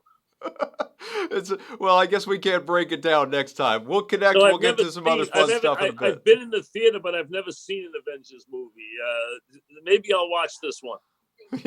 Just sitting here, your son will be nudging you. Wake up! Wake up, Dad. Mike Francesa, we'll talk to him again about the Giants in a little bit. Mike, thank you. Let's get back to everybody in the studio here with some real analysis as things move along here in the first round of the NFL draft. I don't know what you're talking about. That was real analysis. It is a big weekend, though, for the Starks, whether it's Tony Stark or the Starks of Winterfell. I could have used that stock tip like a week ago. Yeah, no kidding. Right? Come on, man. Adam Levitan, Pat Mayo, Reid Fowler. Welcome back to the DraftKings Draft Special presented by Wrangler. Let's see. Oakland is on the clock. 4.5 minutes to go here, guys. The fourth pick. One of 3 first-round selections for the Raiders. Reid, let's start with you. This is your team. How are you guys going to screw it up? Yeah. This is your team? This is my team. Oh, my God. It's the big reveal on our draft show. Look, they can screw it up a myriad of ways, right? They can take a Darius Hayward bait. They could take a receiver at number 4, which I wouldn't be surprised at. But, look, clearly they need help in every department. Of course, one of their key departures was A.J. McCarron. Yeah, exactly. That's on the Trevor Siemian key departures, right? Look, I mean, edge rusher, defensive line. I mean, Tahir Whitehead is good at inside linebacker. But, I mean, all across the board, obviously they made moves on the offensive side. Ed Oliver would be a nice pick, or Josh Allen on the edge would be my 2 not screwing it up or solid picks for the Raiders. Well, when most top-end edge rushers last season had more sacks than your entire team, I was going to say Josh Allen seems like he might be the pick here. Only 13 sacks for crying out loud. That's good, I heard. No other team had fewer than 30.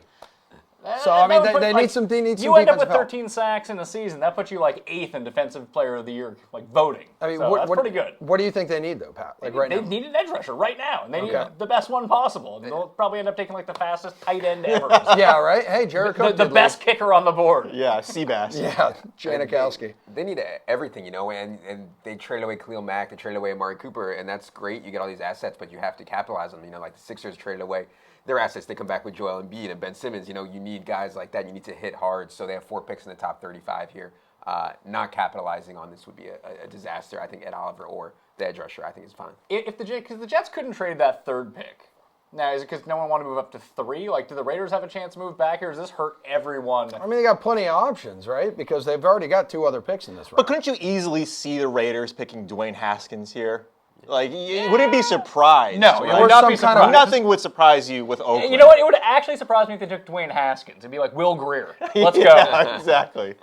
I mean, look, like we talked about, we're just belaboring the point where they need help. They're in that division, obviously, when you see Von Miller on the other side. Bradley Chubb's obviously in his 2nd year. You're really big on Denver, huh? No, well, I don't like Denver, actually. But you see what success looks like, right? Yeah. I mean, please, if I could just please and plead to the Oakland Raiders before you go to Vegas, make a solid pick here. Yeah, so defense is a big need, but from there they really could go in a variety of directions here, Pat, because Derek Carr needs some help. Or they just move on from Derek Carr. Like, that's still on the board, too. Yeah. So I mean, they owe that guy so much money right now, but I guess it's the Raiders, and they've never really cared, I guess, in the past about that kind of stuff. Well, I mean, it's so confusing to know what's going on with the Raiders. Because it's like, no scouting department right now. It's like, we can't even move to Vegas this year because the team is out of money. We can't sign Khalil Mack, and then we'll pay all this money for that. Like, there's a lot of fake news coming out of it. Let's be real here. Like, they could take Ed Oliver at this spot, which I don't think is a terrible thing. Everyone seems like super down on Ed Oliver. I kind of like Ed Oliver. Yeah, no, I think super talented. I think there's some off the field questions with Ed Oliver that people have. I mean, yeah, the Raiders. There's hardly any bad picks of the Raiders because they just have so many holes. I agree that Derek Carr is a huge question mark, and if you love Dwayne Haskins, I mean, the quarterback position you just can't win without it. I don't mind the Raiders taking a shot on Dwayne Haskins. Would be super unconventional, but there's definitely could be teams looking to get up into this spot and take Dwayne Haskins or something like that. So it just seems to me like if it's like Washington right now, or I still don't think Miami's going to take a quarterback. Mm-hmm. But let's say if it was them trying to move up, I guess they're not offering what it's going to take right now. Yeah, no. And no Marshawn Lynch anymore, guys. Oh no. Right? Devastating. What are they going to do? Well, I mean, they have a stable of running backs like Isaiah Crowell, DeAndre Washington. No one, essentially, is the point I'm getting at. And obviously, Josh Jacobs in the latter part of the first round would potentially fall to them if that were the case. And fall, I mean, he's probably going to be the first off the board. But then again, these guys have said, right, the Raider camp have said they want to make a splash somehow So again, the pick is in. Oh God! And, looks like and it's a Twitter surprise. is going insane. And I haven't it's seen the pick yet. So this is gonna be Probably fun. or a and, linebacker, Haskins. probably. And again, you're not Probably seeing Mike Haskins. Mayock on any of this NFL coverage because he's now Colin part Farrell. of the Raiders team. Who do we have? Cleveland Farrell. Okay. Really? Yeah. So that's Colin Farrell. Like So- Here we go. So that's surprising to you because why, Pat? It seemed like all the buzz about Farrell had him dropping down towards into the high 20s. Like it seems like there was the possibility that Farrell could have been there for the Raiders' next pick. Yeah. And maybe they would have had to trade up to get him. Yeah. But take him at 4. Yeah. He's not bad. by any Defensive means. end out of Clemson, as you can see on your screen.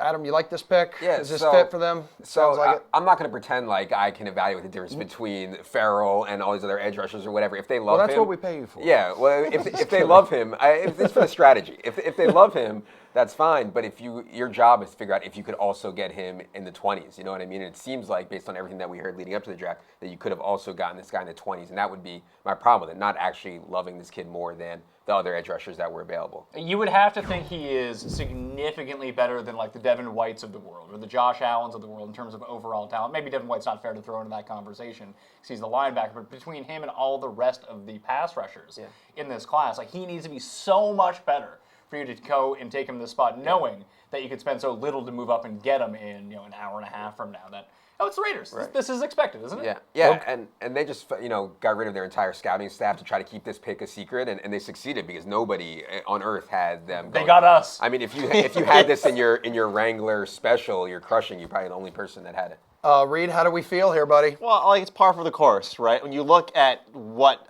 going up against the other picks, the Ed Olivers, or the Josh Allens. Look, like to Adam's point, to Levy's point. I mean, the matter of first pick, if you're getting him at 4, if at 20, if you like the guy, right? It's the same with quarterback. Defensive end and edge rushers are the 1B in the NFL of importance. So if you like him that much, then you don't necessarily reach at 4. The problem I have, like what these guys are saying, is the Raiders have 3 picks in the first round. Could you have easily, packaged the last 2 that you have to get this guy earlier, maybe in the high teens for something else? And so, it remains to be seen as always, but this, in my opinion, is at least a C minus. Reid, I'm seeing on the internet he has a combination of size, effort, and production. But that's Raiders, right? It's like get the fastest guy, get the strongest guy, like, not necessarily the best player. That's just Raiders. On the broadcast, all they had from him was, as it just popped up here, that where he's from and what college he went to. That was kind of all the info they had at this moment. It's the same with ready the to Mike kind of a Mitchell, surprise here a right? little When they bit. drafted Mike Mitchell, the safety, I mean, this was on like page 7 of even Mayock was saying this guy when he was analysis or he was an analyst, he was saying that Mike Mitchell when they took him where they took him in the second round, he wasn't even on the first 7 pages of what he was analyzing. So again, I have to calm the emotions because we have a lot more picks to go here, but don't like it. This is like the guy in your fantasy league who drafts the quarterback in the first round, but then he turns out he drafted Patrick Mahomes last year and he just wins because of it. You need to be so right on this pick to make this move. I like it, though. I like them mixing it up. Let's go. So Tampa Bay is now on the clock, 5.5 minutes, making the 5th pick of the night. Adam, what direction do the Bucs need to go in here? We talked about it a little earlier. I mean, it sounds like defense is a massive need among many other things. Yeah, and I mentioned in our first segment, I mean, I thought that the pick here is for sure the middle linebacker from LSU, Devin White, and with Quan Alexander gone, you put Devin White next to Levante David, you'd immediately have 2 of the best linebackers, I think, in the NFL, and start turning around that defense quickly. So I'd be surprised if the Bucs went anywhere else here, but we'll see. All right, they went 5-11 last year. I mean, Pat, the focus has got to be on giving coordinator Todd Bowles pieces to turn this defense around, right? I guess it depends on how you evaluate Josh Allen, because I don't think that they expected him to still be available with this pick. So if all of a sudden you throw needs out the window and be like, you know what, we have Gerald McCoy, let's put Josh Allen out there too. And one of the best ways to make your defense a lot better is give the quarterback 0 time to throw. It's not like Tampa's going to have a bad offense. They should have a pretty good offense. So they're going to be up in these games and scoring points, and you can just have a devastating pass rush. It kind of takes away some of the needs you may have at corner, at safety, at linebacker. That just pressure, you're good to go. Yeah, and Reid, you mentioned earlier the secondary there is a concern as well. Yeah, I mean, if you look at just the secondary in this class, it doesn't warrant a top 5 pick. But now you have to say, is Devin White, who probably fits that defense great? I mean, you look at Todd Bowles, is he more of an advantage when you're looking at what you need and what you like over a guy like Josh Allen? I think when you look at importance just on a defense, edge goes, obviously way higher than inside linebacker.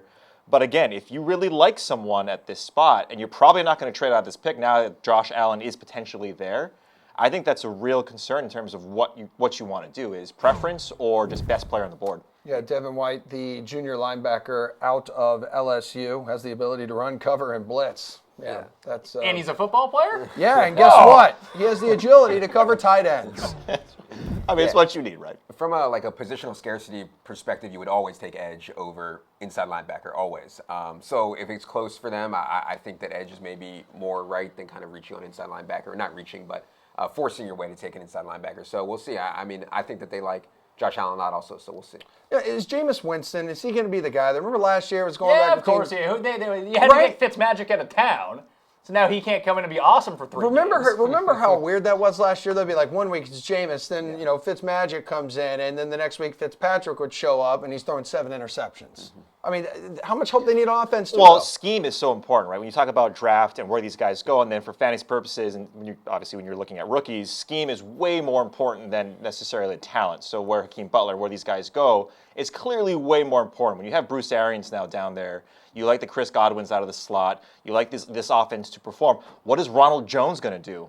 I mean, he wasn't even playing. It wasn't even on the radar for, he couldn't beat out Peyton, or he couldn't beat out Barber for that one spot in the running backs position. So when you look at Arians and what he's able to do, this offense definitely is pointing upward.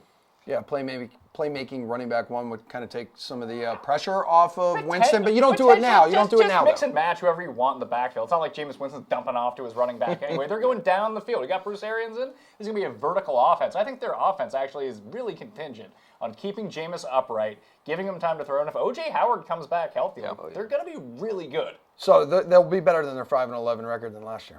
I think so. Yeah, I think Bruce Arians is just a boss. I mean, he's just the man, and the way that he schemes offenses is awesome too. And to these guys' points, I mean, they're going to be looking vertically down the field, and they have the players with Godwin and Mike Evans and O.J. Howard. I mean, they have some serious talent. They have size on offense, and they can just bully people around. Tampa Bay allowed a league worst 110.9 passer rating in 2018. It just seems like defense is just where they have to go here. It is, and if you get a second option at getting to the quarterback, like where they're going to score so many points, we saw this a bunch with them last year where they'd get up in these games, 14-0, 17-3, and then their defense is so bad that everyone comes back on them. If you can get the pressure, because you know the other team has to pass, then you start generating you almost need sort of like a Kansas City, not type of defense from last year, but from like 3-4 years ago, where you're going to give up points, you're not going to be all that good, but you generate enough pressure that you cause these turnovers, and then all of a sudden you give yourself short fields, that you let your offense play some defense for you, and then you don't need the best secondary in the world. You see an opportunistic Think about secondary. those quarterbacks they're playing, though. In that division, Matt Ryan, you got Drew Brees, Cam Newton. Depending on how his health is going to turn out, Also the running backs. Yeah. I mean, you got Kamara, you got Christian McCaffrey. I mean, you have high power. Don't go Tevin Coleman on me here, Jeff Ulrich. No, he's out of town. Yeah, I know. But I mean, you have high powered offenses in here, so you can either go two ways, right? Like that's what you can easily do with this pick. So the pick is in. It is Devin White, linebacker at LSU. Yeah. I mean, they needed the help. He has speed. He can cover. He plays football. He's the perfect pick. Yeah. Sideline to sideline range. OMG. I prefer goal line to goal line. Oh, really? Well, it's just it's fast and it's lengthy. Yeah. I mean, Devin White next to Levante David is going to immediately make this defense a lot better, I think. And from a need and from a talent perspective, I mean, this one, I think most people who are doing mock drafts probably have 3 of 5 right now. Right? Yeah, exactly. I mean, everybody has 3 of 5 right. So the Giants are on the clock. Let's go. Yeah. Let's go. What's Francesa Francesa thinking? They have 12 stinking picks, in the draft this year. How many of them can they blow?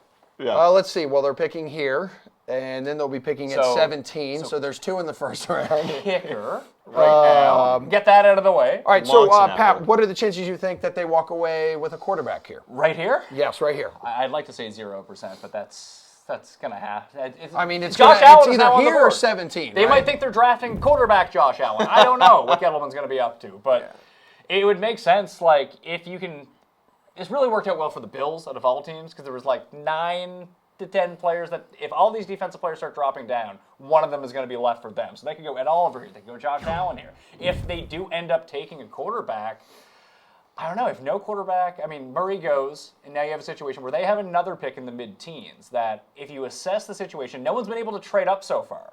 That apparently the Jets were trying to trade their pick, Oakland was trying to trade their pick. Steelers were trying to trade up and in. And it never happened. So teams aren't willing to give up enough that if you have like Haskins and Greer and Locke and all these guys kind of right around each other in terms of talent evaluation, that it now looks like one of them will fall to you with your second pick. Do you need, unless you think that one is so much better than the other, do you waste the 6th pick here or go get an elite edge rusher and someone you could use on defense? I think that would have to be the move, which means they won't do that. Okay, so like There's a lot Adam, there. Yeah. I mean, what do they do here? Because it is. Who's the best running back on the board? No. Yeah. That would be ridiculous. Eli Manning's not serviceable anymore. So we think that, and we know that, and everybody watching football knows that. The Giants don't know that, right? And the E-Hive, as they're called, the Giants fans who are obsessed with Eli Manning, they don't know that either.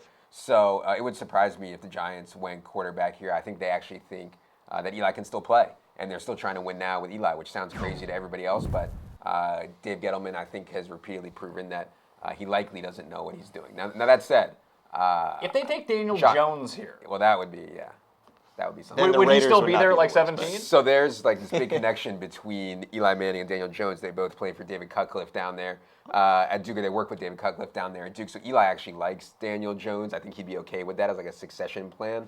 But man, that would be ridiculous. All right, Reid, I think they're going to take Josh Allen. I'll say that.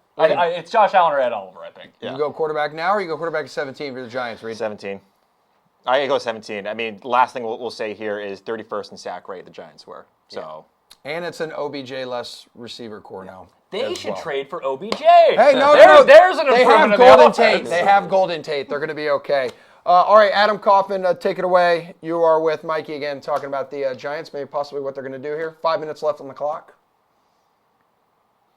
Boy, when Reid Fowler's telling you to rap to get to me, you know that he is anxious to get out of there. I'm back here with Mike Francesa, WFAN, host of Mike's On. And Mike, Giants are on the clock right now. We spent a lot of time about the Jets. And as we wait to see what the Giants do at number 6, and I know they have all sorts of needs on both lines, quarterback maybe, receiver, among other positions. I want to start, though, first with what the hell were the Raiders doing at number 4? Clelin Farrell, a guy that was projected on some mocks to be available in the early 20s, if not the late teens, and they take him at number 4. What are John Gruden and Mike Mayock doing?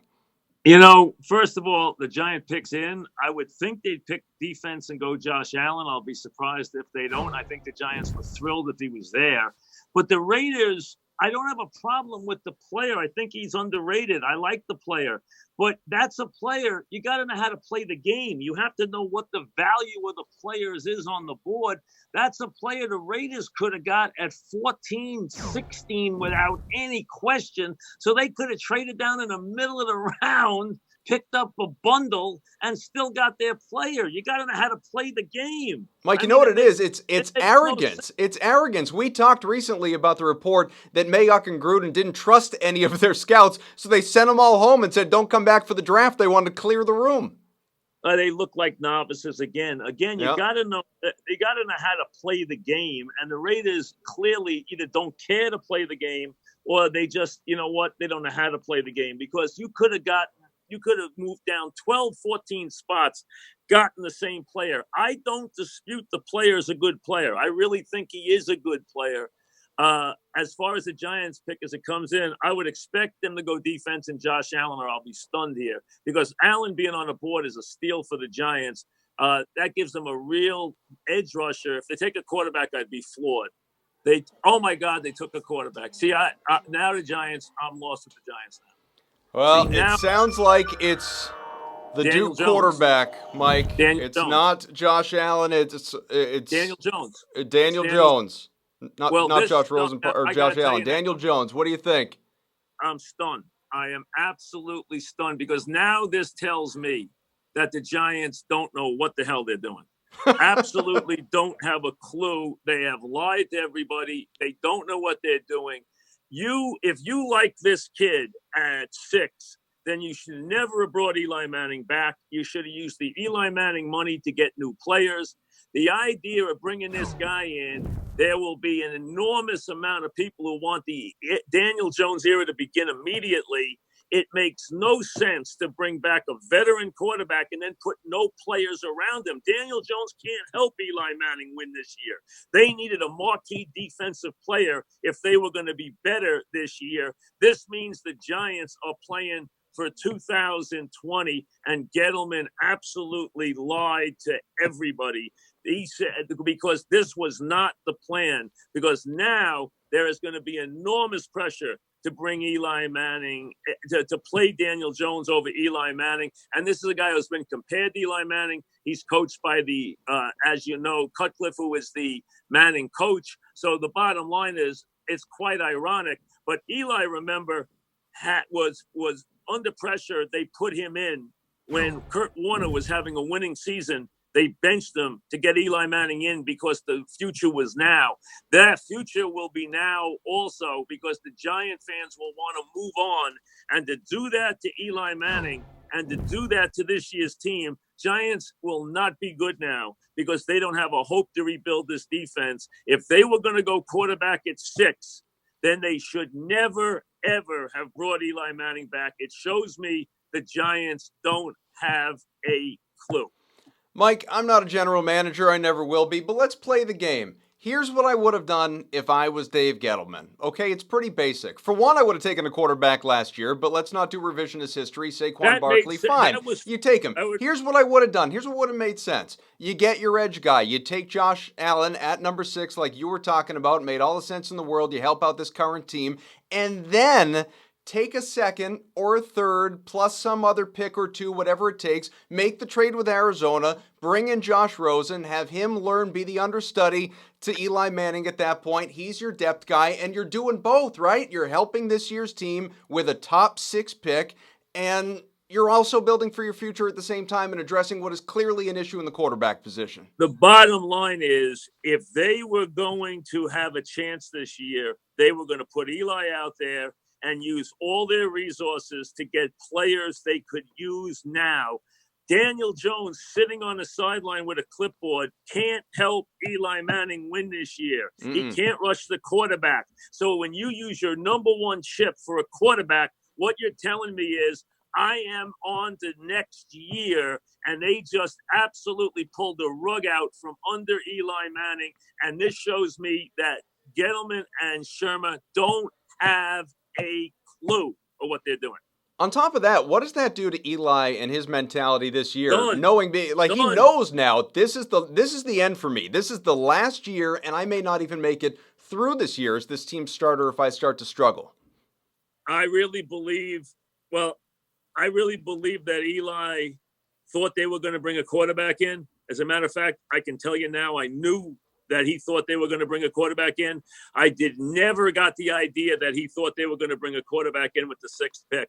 Bringing a quarterback in with the 6th pick sends a message of immediacy that our future is here. Remember, they did the same thing. Eli is going to get hit with history. He's going to get it. They're going to do to him what they did to Kurt Warner to get him in. That's what they did. That's what they're going to do with this kid. Now, this kid had, from what I understand, is a great workout with the Giants. I had mentioned that in the last couple of days because I know they're his representatives. He's represented by CAA, which I am too. So I knew that. But the bottom line is, I thought for sure that they were going to try and rebuild this defense and try to be competitive this year. Now I think that was a complete lie. They know they're not going to be good this year. What they're saying to Giant fans is, we'll see you in 2020. We can't be good this year. They just took the rug and pulled it right out from under Eli Manning. Well, as Warren Sharp just tweeted too, imagine passing on Sam Darnold to take Daniel Jones 1 year later. It's that clear, as you said, they don't know. I would not have taken a quarterback. I would have taken Darnold last year and cut Manning. I was okay if they did that. I said either keep Eli or draft a quarterback. I said this year, if you're going to draft a quarterback at 6, which I don't agree with because I don't think there's one in the draft good enough. If you're going to do that, though, if you have a commitment to that, fine. You have the right to do that. Release your veteran quarterback. They did the exact wrong thing. They brought him back. They're paying him a bunch of money, and they're going to pull the rug out for him, and they have no chance to be good. The Giants continue to be utterly clueless. They don't know what the hell they are doing. Mike, we like to break some news around here, so I'm going to go here. Away from all this football stuff, I know you have an opportunity coming up here to take part in a pizza review. I need to know, yes or no, are you going to do it? I'm going to do this just for you. You're going to do it for me? Yeah, well, no, I'm going to say I'm going to give you the answer because I have not given the answer to anybody yet. Well, let's do it. What do you got? I will do it. Oh, he's going to do it. That's what I like to hear. This summer, Dave and I just have to pick a place, maybe Saratoga, maybe Boston, maybe Little Italy, but we'll do it sometime in the summer. How's that? Oh, it sounds perfect. You know what? We'll do it the same weekend we're in Saratoga. We'll all have some pizza. It'll be delightful. There you go. Sounds like a good idea. See ya. All right, Mike Francesa, thank you very much, sir. We will. Hey, real quick before I let you go, by the way, your favorite pizza place to date, what is it? I can't talk pizza tonight. I'm too okay, stunned. no more pizza. I am stunned. I can't tell you. I did not think the Giants would do this. I now have lost all regard for this administration. I think they are utterly clueless. Breaking news and hot takes. That's what we come to Mike Francesa for. Mike, thank you very much. We'll catch you again soon on The Sweat. All right, Jeff. Wow, we are just breaking news here. Just finding out Mike Francesa is going to do a pizza review with Dave Portnoy. One bite, everybody knows the rules. I don't know what your guys' take on that is, but I do know that we know the Jags took Josh Allen. So, what do we think of this pick? Janko, you look a little... Well, I got to toot my own here a little bit. Yeah, Piping hot take here, saying that the Giants would take Daniel Jones at 6. Hey, if he's your guy, he's your guy. You take him at 6. But Josh Allen, look, the Jaguars are having a field day right now. Yeah. Nobody thought that Josh He'd Allen still would be be on the board. available here. Yeah. Hashtag the better Josh Allen. And this guy just this defense just continues to get better and better. The offense is still a question mark. I know bringing in Nick Foles is going to help a little bit. They have some pieces at the wide receiver position that can help move the ball down the field. It's not going to be explosive, but this division is still up for grabs as it is every year. So why not get a guy who's as dynamic as Josh Allen is, a top 5 talent? You get him at 7. It's a great pick. Steve. Yeah, I mean, just fell right into it. Yeah, wow. I mean, unbelievable. I mean, like Alex was saying here, we didn't expect him to fall this far, and to no fault of his own. Yeah. It's just I really thought that Hawkinson was gonna go there because Allen wasn't gonna be available. So with Allen available, makes all the sense in the world there. They just got a stellar defense that they're gonna be looking. It's kind of rocking like leopard print too. Yeah, right. He almost knew this was gonna happen. He's looking good. But okay, so we have to say things went a little crazy after Oakland went clearly crazy. I was just going to You say, called if you want a good player to fall into your lap at number 7 as the Jaguars, all you need to do is ask the Raiders and Giants to pick before you, and there you go. One of the best players in the draft drops to you at number 7. Problem solved. Yeah. Yeah, and that goes to you, Jules. You called it. You said something crazy was going to happen. I mean, did you think it would be that crazy? I know we were all sitting there like, wait, what? That's why I'm not going to try and guess who the Raiders are going to take it for, because they took a guy that the last mock draft I looked at before we came on this show had Farrell going 22nd, and the Raiders take him at 4th. It's just like, just try something else. Try something different. It's while it's still under the umbrella of crazy, it's a different kind because when it was Al Davis, it was always the measurables guy, the speed guy. Now with Mike Mayock, he's going after more of the character guy coming out of that the powerhouse you can call him now at Clemson. I think so, and especially a powerhouse defensive line and a guy captain on that team. One of the highest quality characters that you could ask for. Still a very good football player as well. But when you weigh that in, obviously, as Mike Mayock did, that made him a 4th overall pick. The talent alone did not make him a 4th overall pick. And the thing is, is it a need that the Raiders had? Absolutely. Is it everywhere, right? But is outside of Antonio Brown? Is it a need that needed to be filled right then and there? I don't think so. Absolutely And not. if you were going to fill that need, maybe fill it with Josh Allen. You're going to take an edge rusher. I mean, it's just they took basically a poor man's Khalil Mack almost. Well, that was Josh Allen, and I thought it was just too on the nose for them to go right after and get Josh Allen when it clearly was the Khalil Mack replacement. I think Clelin Ferrell can play a little bit more inside. He's versatile. I'll give him that. Back in the day, that would have been a knock against the defensive lineman. Is he a tackler or is he an end? And now positionless football, you can put him anywhere. So when you're looking at the Jags pick, though, does this really mean to you that they're hitching that offensive wagon to Nick Foles? I mean, do you feel like this means they're confident in their quarterback? I think it just meant that they had no idea Josh Allen was going to be there. totally. Yeah, you just got to take him if he's left. Yeah, right? exactly. You When you can't- set your board, especially once you're past the first couple of picks, like I think you put guys up there, but you have to know in your heart you're looking a little bit further down. And I thought that Steve was on a good route there. Someone like T.J. Hawkinson, just losing Austin Seferi-Jenkins, who really wasn't as solid for them as they wanted. But now you're going defense because that was a great pick.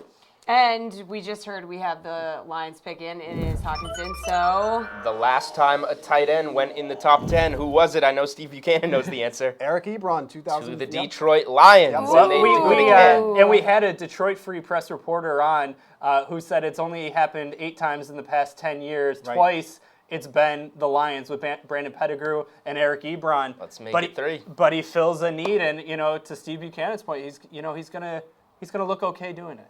Yeah, I mean, he's just, like I was touting him earlier, I mean, he's just such a dynamic player. He's going to just bring that to the Lions. And, the blocking is incredible. His pass catching ability is incredible. Get down the field. And then, with Ebron on the team, too, I mean, we're talking about a lot of touchdown equity between two guys. Was on the team. Buchanan. He is now an Indianapolis Colt.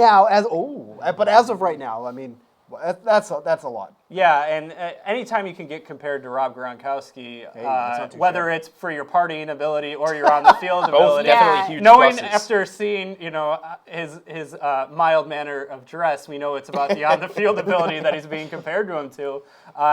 Not a bad weapon there to add in Detroit. yeah, he won that John Mackey Award, top tight end in the nation. So we know he's a good fit, at least for them. They've got a lot of needs, right? So when we start to look ahead now, let's move on to our next team. Who do you guys think is going to be taken next? Ed Oliver's just sitting there.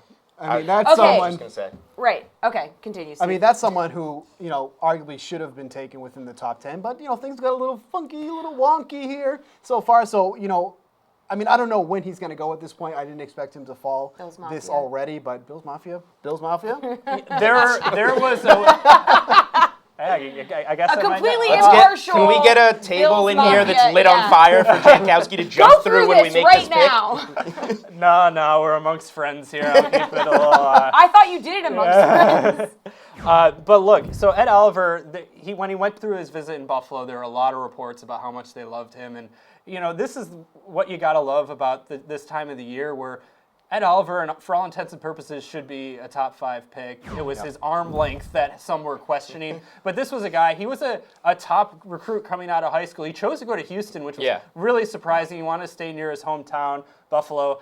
Not exactly near Houston, but hey, rugged outdoor weather. But he fills a need there, especially Kyle Williams retiring. I think it would be a slam dunk pick there for Buffalo. We know they have to add some more playmakers offensively, but you can do that later on. I think no matter who this pick is, maybe it's in the defensive secondary, but if not, it should be Ed Oliver. Yeah, like EJ Gaines, Kevin Johnson, both playing on 1-year deals. We know they need help on the pass rush. I thought Ed Oliver was going to be, as you just said, a 3 through 5 guy in this draft. He was going to go to one of those spots, and then Oakland does what they do, and here we are, and he starts sliding because these other teams have these other needs. What I will say, though, and Sal Capaccio, WGR 550, was on DK Live earlier this week, and he brought up Christian Wilkins, another Clemson guy, defensive tackle, and it's a lot of the same reasons that the Raiders would have went out and got Cullen Farrell is because not only are you bringing in a high-quality football player, you're bringing in a high-quality character as well, and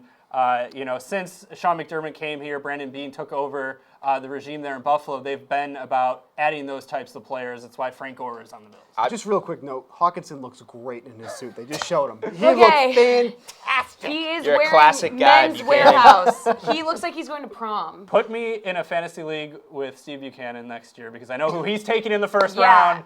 And TJ Hawkinson all the Hawkinson. way. I will say, I'll make fun of the Raiders for reaching on Farrell maybe at number 4, but what that Clemson defensive line, what that Clemson defense was able to do to Alabama in that national championship game in a quarterback and Tua, I'm not even going to try and say it. That's an NFL-style quarterback, and the fact that they were able to pressure him that entire game, I think makes these guys, these 3 Clemson pass rushers that could go in the first round, more attractive picks. But that was always the issue with Alabama, too. Are the parts as good as the whole, right? Because Alabama has so many 5-star recruits on defense, it's hard necessarily to pick one out. When they're out of that system, are they going to shine? But for all intents and purposes, that entire defensive line coming back for their senior year, unfinished business, taking care of that business, and now they move on to the NFL. It's a pretty cool story. All right, guys, we're going to throw it back to Adam Kaufman right now. He is still scouring the internet, finding the best social media reactions out there. No more pizza talk, Kaufman. Well, you guys don't want to talk pizza? I thought everybody wanted a slice. All right, listen, there's a lot of good stuff on social media, some of which obviously is not necessarily appropriate to show you, but you could do searches on your own. Let's just say New York Giants fans with that quarterback, Daniel Jones, the pick at number 6, not happy. Mike Francesa, we heard from him. They don't know what the hell they're doing, and it sounds like most fans agree. And oddly enough, a lot of fans felt the same with the Saquon Barkley pick last year. That turned out okay, but that was the year to take a quarterback, not this class. I mean, you take a look at some of these tweets that I'm seeing here. Mike Freeman, Raiders and Giants just totally disregarding all logic. How about Jason Smith? We're going to take a guy, the Raiders, we're going to take a guy 30 picks early, even though we pick again later on in the first round. We are the story. Giants, hold my beer. I think we know what direction that is going. Some funny videos, too, that I'll show you certainly if I can a little bit later on, but they are humorous. Going back, though, to much earlier in the draft, Kyler Murray ending up going number 1. It was predicted. We all anticipated it. We waited and waited and waited and waited and waited just for the opportunity to talk about it. Ultimately, it happens. Well, Baker Mayfield, back-to-back. Another Oklahoma QB. Congrats to Kai 1. Well-deserved, my brother, at the Kyler Murray. See you in December.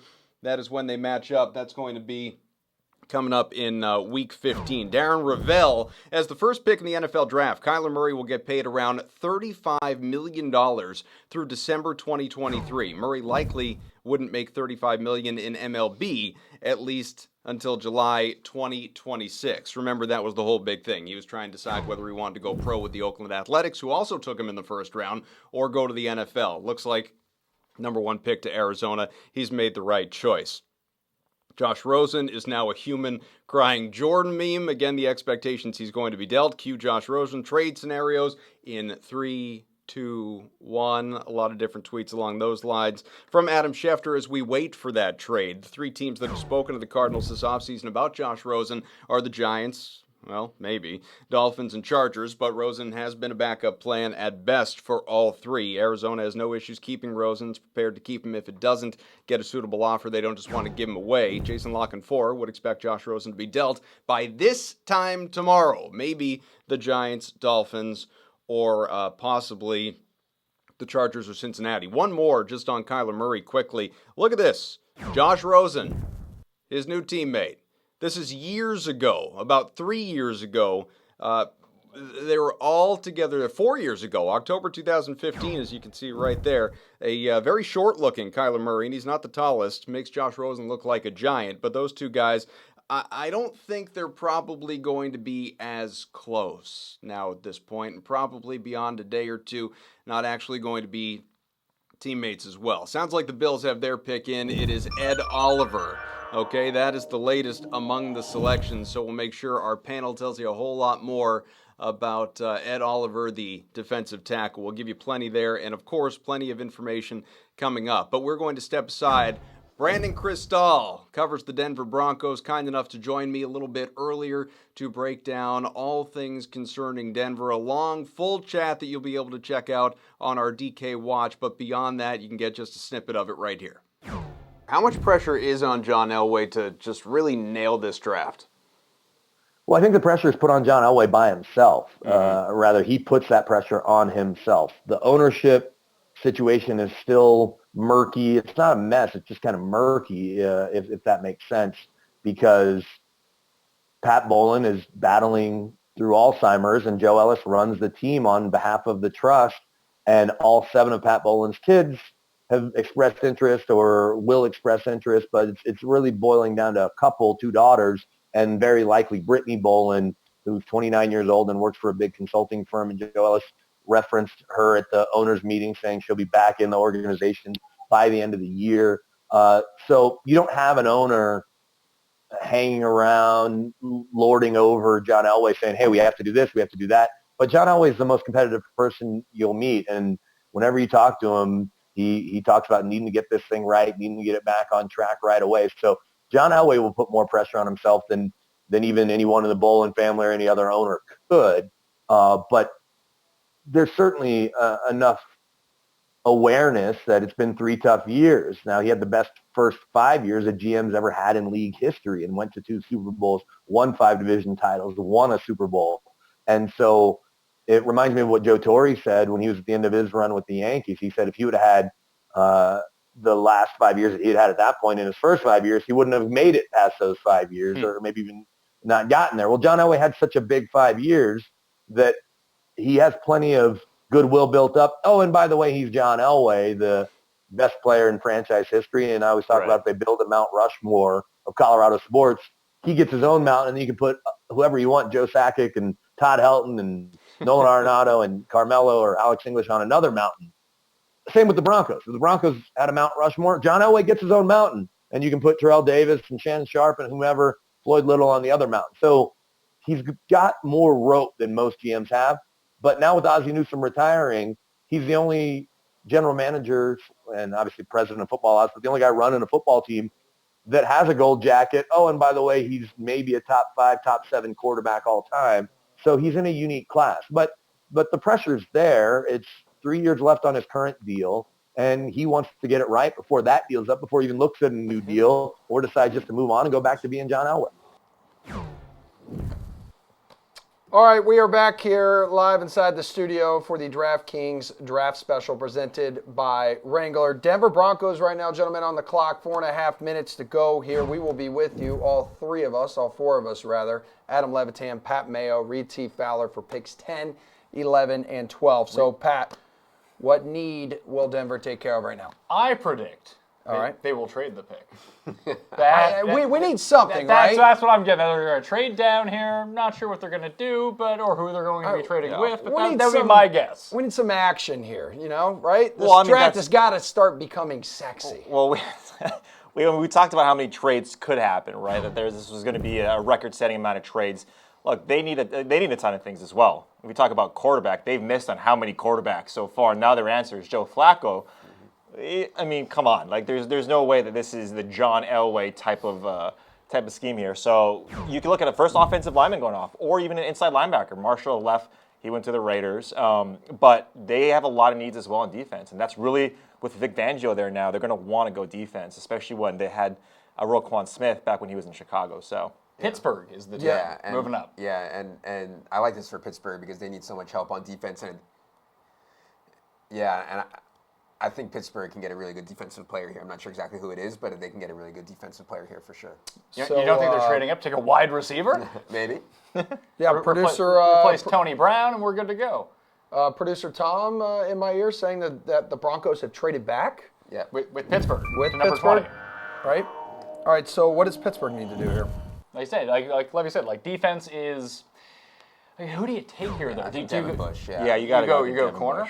Devin Bush, the linebacker, yeah. I mean, just get some more pressure for the Steelers. And I think they think they're fine on offense despite losing Antonio Brown and losing Le'Veon Bell. I think they still think that they're going to be really good on offense, and maybe they will be, and they still have a chance to be really good. So, I think Devin Bush is probably going to be the pick here. Yeah, Reid, front 7 on defense, wide receiver core seems to probably be on the forefront of their minds right now.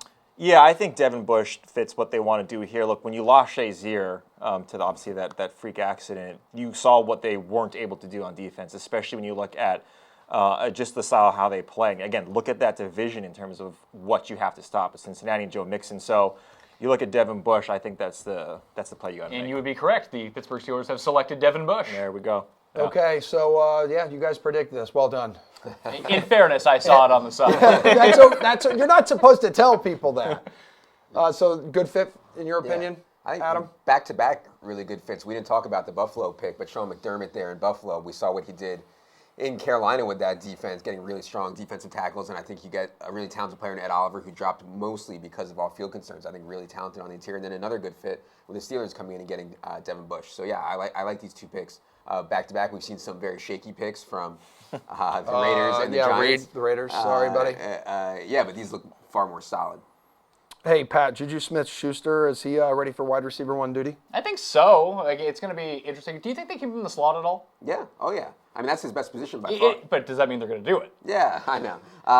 Yes, I think they understand that, and I think they will. And I think the Steelers will likely address wide receivers at some point in this draft. But, yeah, I mean, James Washington, they took last year, I think, can play. And they got Dante Moncrief, who was 4'4", 6'2", 220, like really good athlete. So I think they have some guys who have chances to be good on the outside, and they should keep getting more. So the way that you kind of need to look at it right now, as it pertains to the Steelers, is how does this pick affect the rest of the draft? Like, was Devin Bush really going to go to Denver? Because I think a lot of us just had like Drew Lock penciled in there.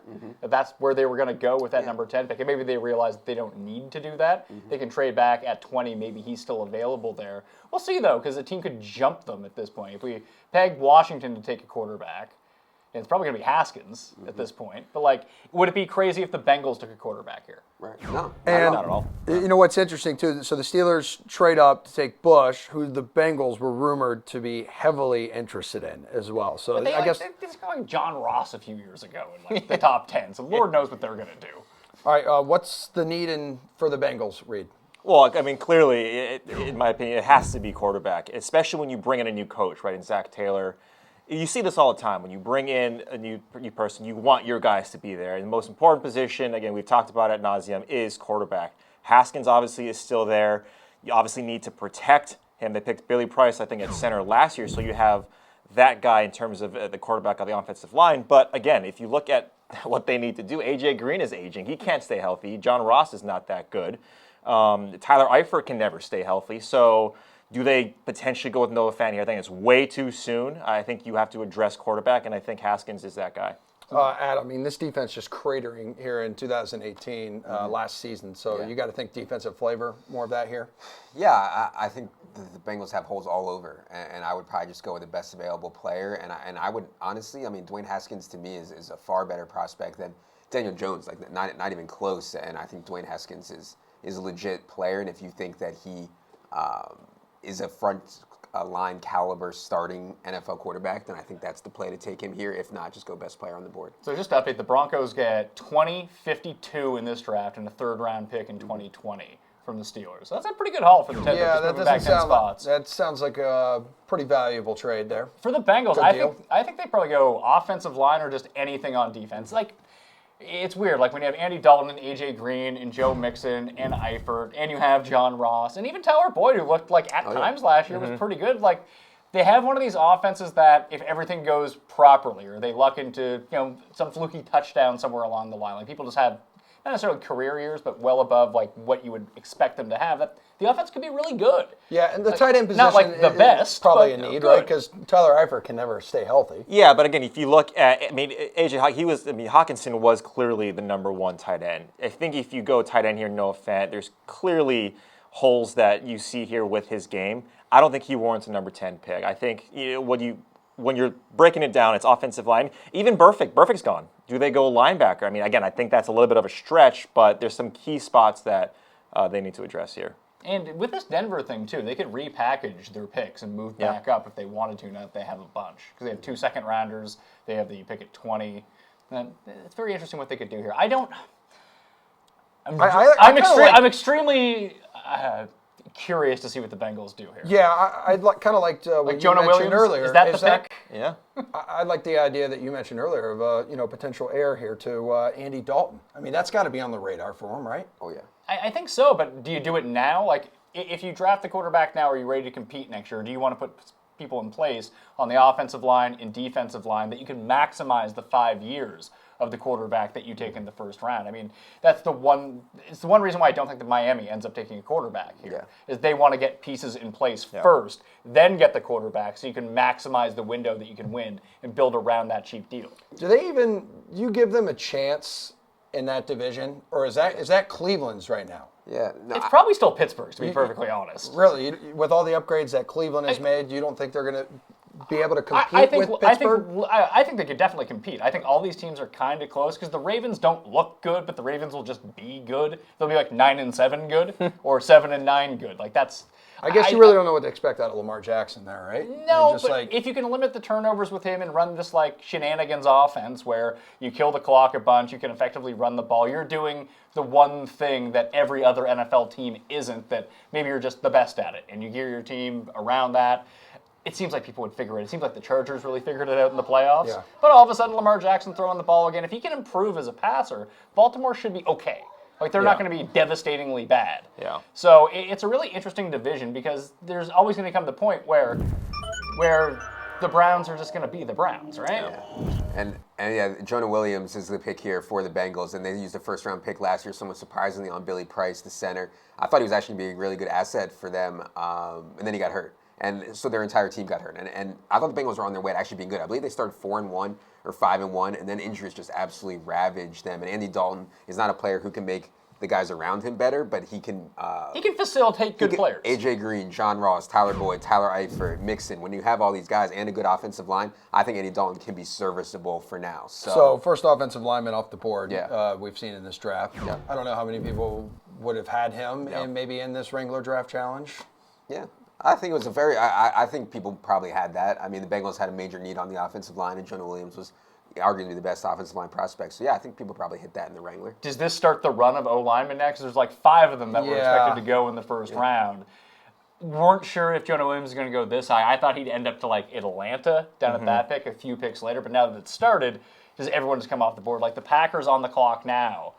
This could be a wide receiver. Yeah, I would love to see the Packers take a wide receiver. I mean, I don't really like DK Metcalf or Marquise Brown. I'd love to see them surprise some people and go out on their own with maybe Hakeem Butler or an A.J. Brown or a N'Keal Harry, but I'd love to see the Packers take a wide receiver. I think they're just going to say that the Packers are probably going to do the most Packer thing and get an offensive lineman like Jawan Taylor and some of these guys. But like we talked about earlier, I mean, Cincinnati was potentially a spot to get receiver because A.J. Green is going to be a free agent after next year. And so when you look at, again, what they need, right, you need weapons. Aaron Rodgers clearly can't do it all himself. And again, you have Aaron Jones, you have hopefully a Jimmy Graham that's going to get you more than 3.5 catches a game, which he's averaging last year. Or do we really expect old man Jimmy Graham to do that? No. They signed Mercedes Lewis here. Okay? I forgot.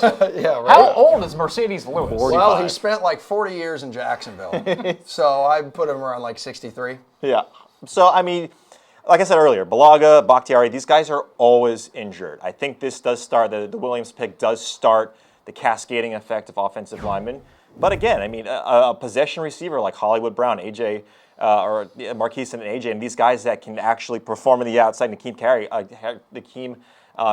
are going to perform, right? Which is what I'm trying to say here, what I'm having trouble trying to say. So again, I think the Packers do go offensive line here.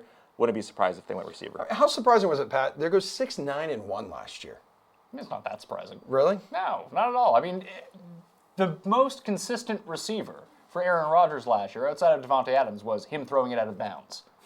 Like, the offense just didn't work. Mike McCarthy was outdated. And Aaron Rodgers, it seemed like he wanted Mike McCarthy gone. Pretty sure they hated each other. Maybe he didn't really go 100% last year. No. And remember in the first game of the season, again, on Sunday night against the Bears, Aaron Rodgers basically blew out his knee and then came back in, and then he played through that. Maybe he wasn't 100% That was impressive. last year. So with Aaron Rodgers, you're looking at him now, hopefully more refocused, hopefully healthier, and you give him a new coach, a new coordinator, and maybe he's calling his own plays like Peyton Manning used to. Who knows? But it is a situation where you can improve the team around him, and with a new regime in there. Like, they don't need a receiver. They have one of the best receivers in football, but they might do it anyway to make their star quarterback. Yeah, Adam, it feels like there's some room for upgrades here, especially on the defensive side, though, for this team. I know we're talking about getting help for Aaron Rodgers, but if you look at the other side of the ball, they could use some help. Sure, yeah, and they've spent a lot of picks and a lot of money on the defensive side of the ball of late. We'll see. I think the biggest some edge rushers there in free agency. Yeah, and I think the biggest thing for the Packers is the regime change. I mean, if you read the articles and what came out about the relationship between McCarthy and Aaron Rodgers, I mean, it was absurd. Like, a working relationship like this just like doesn't happen in any field, let alone head coach and quarterback. They're supposed to be working together. So I think that's just a huge difference maker for them. And maybe the reason that they would go 6-9-1 is, I mean, when your head coach and your quarterback are on those kind of terms, it's really hard to win. Do you think Noah Fant can go here? Or do they wait? Does he fall to the Packers' next pick? Yeah, so tight end to me is not a premium position whatsoever. It would surprise me. Noah Fant, you play more as a wide receiver, more like an Evan Ingram type. So maybe that would make sense there. Would feel early for me though for Noah Fant, but he's a heck of a receiving prospect for fantasy. I mean, Noah Fant, I think it's a better prospect than Hawkinson. All right, Pat. Also, let's keep. They're drafting at 30 as well tonight. Yep. So I mean that changes their strategy. How? I guess it depends on who you think is left and what you really evaluate critically is what your team needs are. Like, I do think they probably should take someone on defense, but like we keep saying, to impress Aaron Rodgers, maybe you go and get another weapon here. Yeah. Can't make him happy. Like the new regime, Reid, you think they're thinking, man, we have to impress our quarterback right now? Yeah, it's one of those things where he is the LeBron James at Green Bay. He is like sort of They where kind of operate the same. right, and he's not to an extent where LeBron takes away like any coaching. Like he is the GM, he is the coach, he is the top player.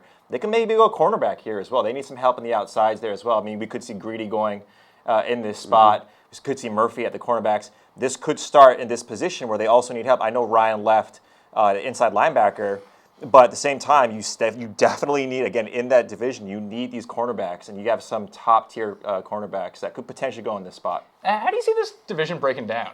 Like, do the Bears take a step back here? Vikings, I think, are the best team. I mean, we talked about it before. They got 5 primetime games, so the NFL thinks they're going to be good. Yeah, I think the Vikings are the best team, but it's wide open. I think the Bears are actually legitimately coached, and yeah, I think it'll be really, really tight division. You got to remember how the Bears season ended too. Yeah. But now they have to play a first-place schedule as well, and if the Packers are going to be better this year and the Vikings are going to be improved as well, it gets a little bit more difficult. No one likes the Lions. No one loves the Lions. No one likes the Lions. Well, they have a brand new tight end. Maybe that's the move. Yeah, that's true. No, you always have to worry about, right? You always have to worry about Aaron Rodgers. And he just gives you the relaxed call, and you can rattle off 10 straight. So we'll see. Yep. Rashawn Gary taken by the Packers. Yeah, I mean they addressed the defense. I mean, again, that's what we talked about. Which means need probably 30 offense. Perry right? gone. Yeah, I think that's a solid pick there. I mean, he also had some issues where, I mean, if you just look at his measurables at 277. Glasses like Von Miller. Like Von Miller. I mean, he is a big end, right? Some plays when he played at Michigan, it looked like he was taking plays off. Was he? Potentially, but again, this is going to take the run of the mill of the edge rushers going off early, and I think the Packers are looking at this and saying, hey, we need to rush a quarterback just like the other guys, especially when you have Khalil Mack in that division as well. Yeah. Do you think a torn labrum's a big deal for a defensive end? I was going to mention that. I tore my labrum before. Yeah. I'm no defensive end. You're still crossing all of your shows. You can compare your You're doing a great situation job. very closely to an Exactly. NFL player. We're exactly the same. I blew it out like I couldn't throw a baseball anymore. But Chad Johnson, I remember, tore his labrum, played through it as a receiver, where I don't know, you lose a bit of strength and you lose a bit of mobility. But if you're generating so much power from your legs anyway, which a lot of these guys do. So if you're big on like swim moves and things like that as a defensive lineman, that's one thing. But if you generate so much of your power with your legs that maybe you can play right away and you'll be 100%. Yeah. So the report on Rashawn Gary's torn labrum was he's going to be able to play through it his rookie year, to reevaluate and see if he needs surgery to repair it. I mean, these guys get their torn labrums cleaned up and they're back in a few months all the time. So I don't think it was an injury that NFL teams were worried about whatsoever. All right, well, let's see. You have the Dolphins on the clock now, but he is balling. Yeah, we'll go ahead. I mean, yes. Not with that walk. Emotional with his experience. tears. I have not been drafted, but I can only imagine. Adam Kaufman, though, you're standing by in the social media center. Take it away, dude. Well, thank you very much. Look, Twitter, social media, Instagram, all of it. Still very upset with the New York Giants, at least the fan base. Dave Gettleman making a horrible mistake taking that silly Duke quarterback at number 6 instead of course, doing the smart thing and going with Josh Allen or, adding to the team this year, someone who can help this year's team, not someone who, I don't know, maybe down the line ends up replacing Eli Manning over the course of the season just as it all falls apart. But naturally, you do see some videos, some reactions, some fan reactions. I want to direct you to my computer, if I may, real quickly here, just to show you this video. It's been entertaining me for quite some time. If we could just get our fun screen share here. I want to show this to you here. Some Giants fans sitting on the couch watching. Oh, no. Not the Daniel Jones pick. Oh, he doesn't like it. It's a bad situation. Yeah, everybody really upset. And, it's not just those guys either. You familiar with the rapper, Joe Budden? Well, his fiance put out a reaction. Joe Budden, evidently a big Giants fan as well. And this was what he looked like with, I don't know if maybe his child as well, but what things look like in the Budden household when Daniel Jones, again from Duke, wound up going number 6, way earlier than necessary, to the New York Giants.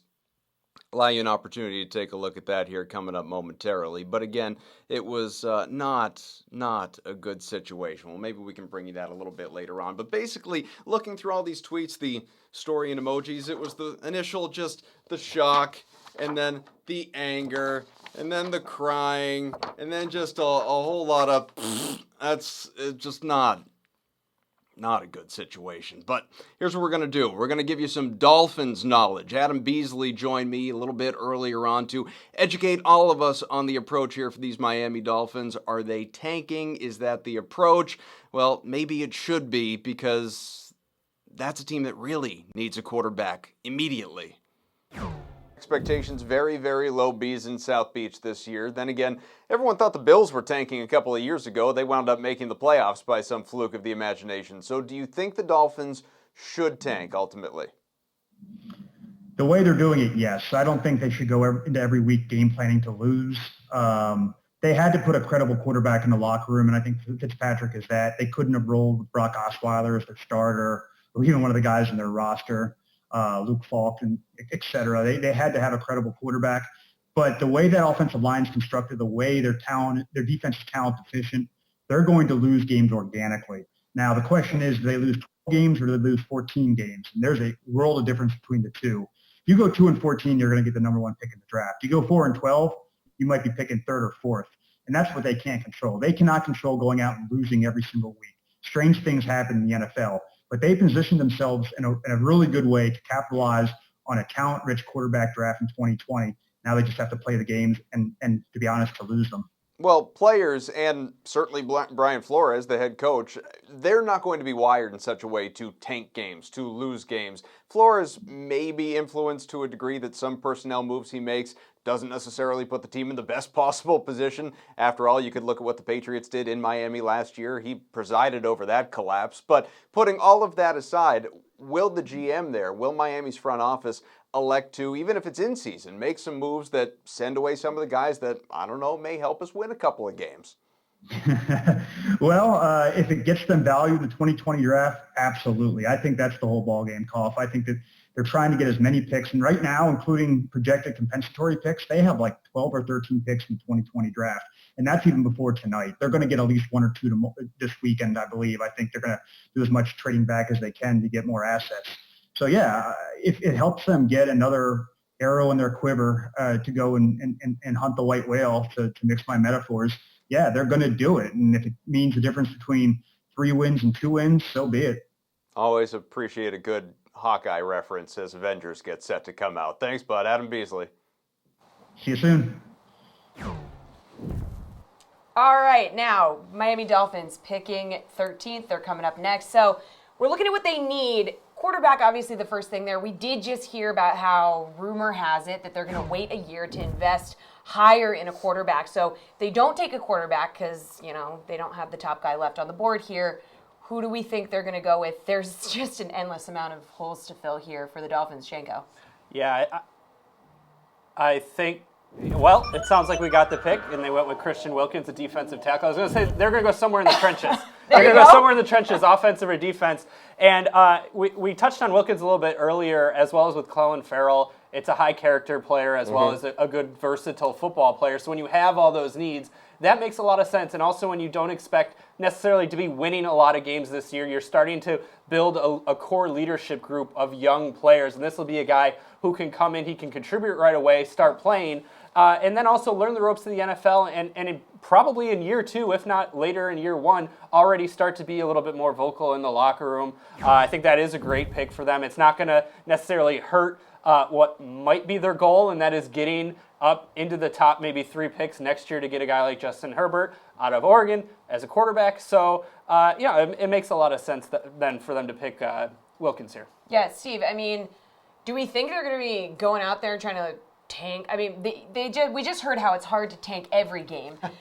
I mean, that's remains to be seen. But do you think this was a good investment in terms of a good locker room guy, a good young guy that they can start to build around, hopefully, once they get a quarterback next year? Yeah, you know, this was a safe pick. And if they're going to start tanking, a safe pick is definitely the way to go. I mean, obviously, if they're looking to get a quarterback next year, you know, obviously Dolphin fans aren't too thrilled about it. But I think as a franchise, it was the right move because they want to build up on that defense. Then they can start investing in their quarterback. So, you know, we expect them to not be great this year.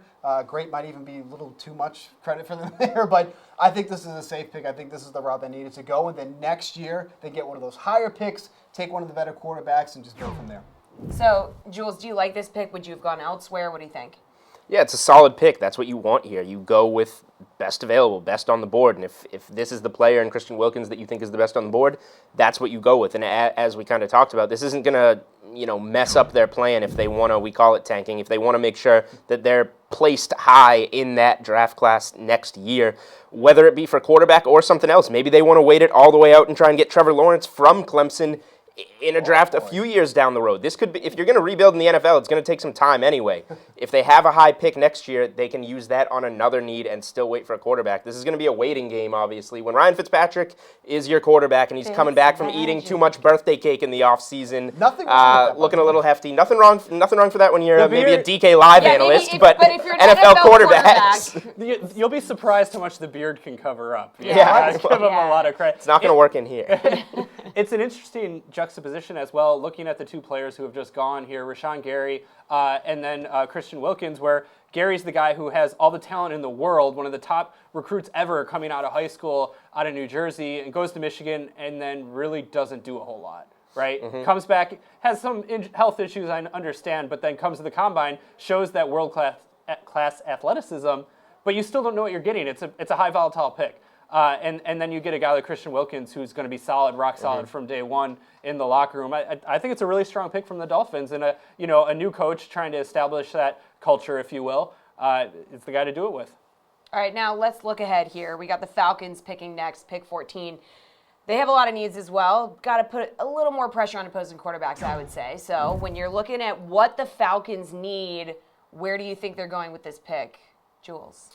I mean, the Falcons, what have they been, the last few years? They've been that high-flying offense most of the time, although they struggle at times getting Julio Jones involved in the end zone, in the red zone. And their knocks have always, who knows why that happens, but their knocks have always, and they took Kevin Ridley to shore up that other side. So their knocks have been on defense for a long time. That's got to be the side of the ball that they're looking at here. And as we've talked about this whole draft, kind of the reason nobody traded up when these picks have been offered, maybe at 3, 4, wherever they've been along the way, is because there's so many solid players for these teams to take at this stage in the draft. So I think that this is kind of this stretch where we're going to see in the mid to late first round these other solid defensive players start to go. Yeah, I mean, just looking at who's left on the board, I think Montez Sweat, is an interesting pick here. Yep. Certainly a high upside, can get after the quarterback, like you said, Jesse. But I'm thinking defensive backfield as well. A guy like Greedy Williams, we haven't seen any defensive back go, yet in the draft, which is kind of interesting. Already getting in this late, and obviously you play in a division with New Orleans. You're indoors all the time in that division. You're always playing in nice weather at least, or you're indoors. So you're going to have to be able to play. Okay, and we got the pick. We got an eagle. We got an eagle here. We'll let the fellow BC alum take that. Let's go. Okay. All right. Well, or maybe you want to protect one of the highest paid quarterbacks of all time and draft a lineman from Boston College. Well, that's what I'm saying. You got Matty Ice. Just he's as I was Eagle, saying. So there you go. Boston College South. Down there in the ATL. Yeah. Let me tell you, Matty Ice, he's a legend. Steve, what do you think of this pick? Honestly, I'm with Alex here. I think they should have gone with Montez Sweat. Okay. They need an edge rusher. I mean, that's been a hole for them. It feels like for years Vic Beasley now. has 5 sacks in 2 seasons for them. So that's bad. I just feel like this was an opportunity for them. I mean, Sweat was there for the taking. I think that was a missed opportunity for them there. But, got a big man up front now. This is a big boy up front now. 6'4". So, I mean, obviously, you can't fault him for that, but I really think they should have taken an edge rusher on the spot. Jules, what do you think? Somebody that's going to get pressure on the quarterback or somebody that's going to defend the pass, in a defensive back like Janko just said. I would have tried to shore up the defensive side of the ball here because of who this Falcons team has been, allowing that comeback in the Super Bowl to the Patriots, getting lit up all the time by the Saints, no matter which dome it's in between those two teams. I just would have gone defense. This is a solid pick. It's a safe pick. You have Matt Ryan. You want to protect him. But at the same time, I think you just have, larger needs here. Well, you have Matt Ryan. You also have Devontae Freeman, a guy who they spent a little bit of money on as well and struggles to stay healthy because of his running style, which is really interesting. He refuses to change. He's going head first. And bad things are going to happen. Pay the price there. for that. It's very interesting. But, yeah, continuing to invest on the offense after a little defensive run there as well. This is a first round. We expected a lot of defensive players to go in, talking in, as high as like 20 to 22 defensive players going. So if you're one of these teams in the mid rounds now, like we were talking about earlier, like why do you need to trade up anyways? Like there's no need. There's so many guys still left on the board. And if you're a team like Washington, who was hoping maybe a quarterback fell to them here at 15, they didn't have to go up and get one. Dwayne Haskins still right there, I think makes a lot of sense. Yeah, speaking of, well, go ahead, Steve. Well, I was just going to say, this has worked out so well for the Redskins. This is a team that we heard a lot about trading up, potentially taking a quarterback, and they just stood pat, and now they have their choice, really, of 3 different guys that they can take, and this couldn't have worked out any better for them. They must be licking their chops with how this draft is. Well, you know what is working against them? Dan Snyder's making Yeah, I was just going to say. Not everything can be perfect. I was just going to say, I'm from the DMV area, and this has been a sore subject for people from the DMV for a long time. So he's a little too involved, is what people say. Just a No little one cares, too Jessie. involved. All right. People care, all right? Well, that's not what the stamp said. So, I don't know who's running those in the back. Janko, we said it's like an embarrassment of riches right now for the Redskins. They must be licking their chops. Who do you think they're going to go with? I think Haskins makes the most sense. Yeah. They made the trade for Case Keenum, which is all well and good. He's a nice guy. Nothing against him and his family, but He's a nice guy to Nothing get sacked against for him a and few his weeks until family, Haskins but comes in. You're out. But you need a guy who can take advantage of some of these weapons that they have. I'm really excited to see what Darius Geis can do coming back off the ACL. Yeah. I understand they still have Adrian Peterson, but still Geis is Full a guy. year to bounce back from that, too. Yeah, because it happened, in First preseason game. very early on in the season. So it's an offense that, hey, look, it can maybe do some things, still lacking weapons on the outside. Jordan Reed was kind of healthy last year, a little bit. Sneakily. Made it to like week 14, I think, so props to him for that. Wasn't great. And Haskins is a guy who he's actually probably the most pro-ready quarterback in this draft, I would say, because I would agree. He's mastered those intermediate routes. He can get the ball out of his hand in rhythm. Never really was asked to stretch the field too much, but it's hard to argue against a guy who, in his first year as a full-time starter, 50 touchdown passes to 8 interceptions. Urban Meyer plays a big role in that, but still, he's the guy making the decisions. Not the most mobile, but hey, you can work around that. You can build around that. If he's going to be your guy, then you start to build that team around him in his mold, what he can do well. Yes, Steve, do you like Haskins for Washington?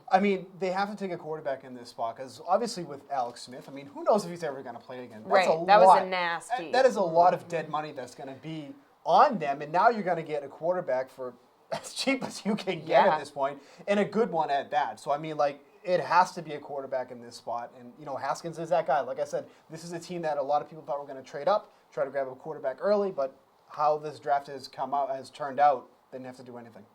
Jules? The Giants made that big splash at 6, and I think this is the next spot where we're going to see one of those big moves. I would absolutely go for Dwayne Haskins here. I think he's, as we just said, kind of the most pro-ready guy here. And, of course, we all agree, so the Redskins will probably take Drew Lock here. Right, or maybe just reach all the way for Will Grier, a guy that's projected to go in the second round. But Will Grier, they're the Redskins.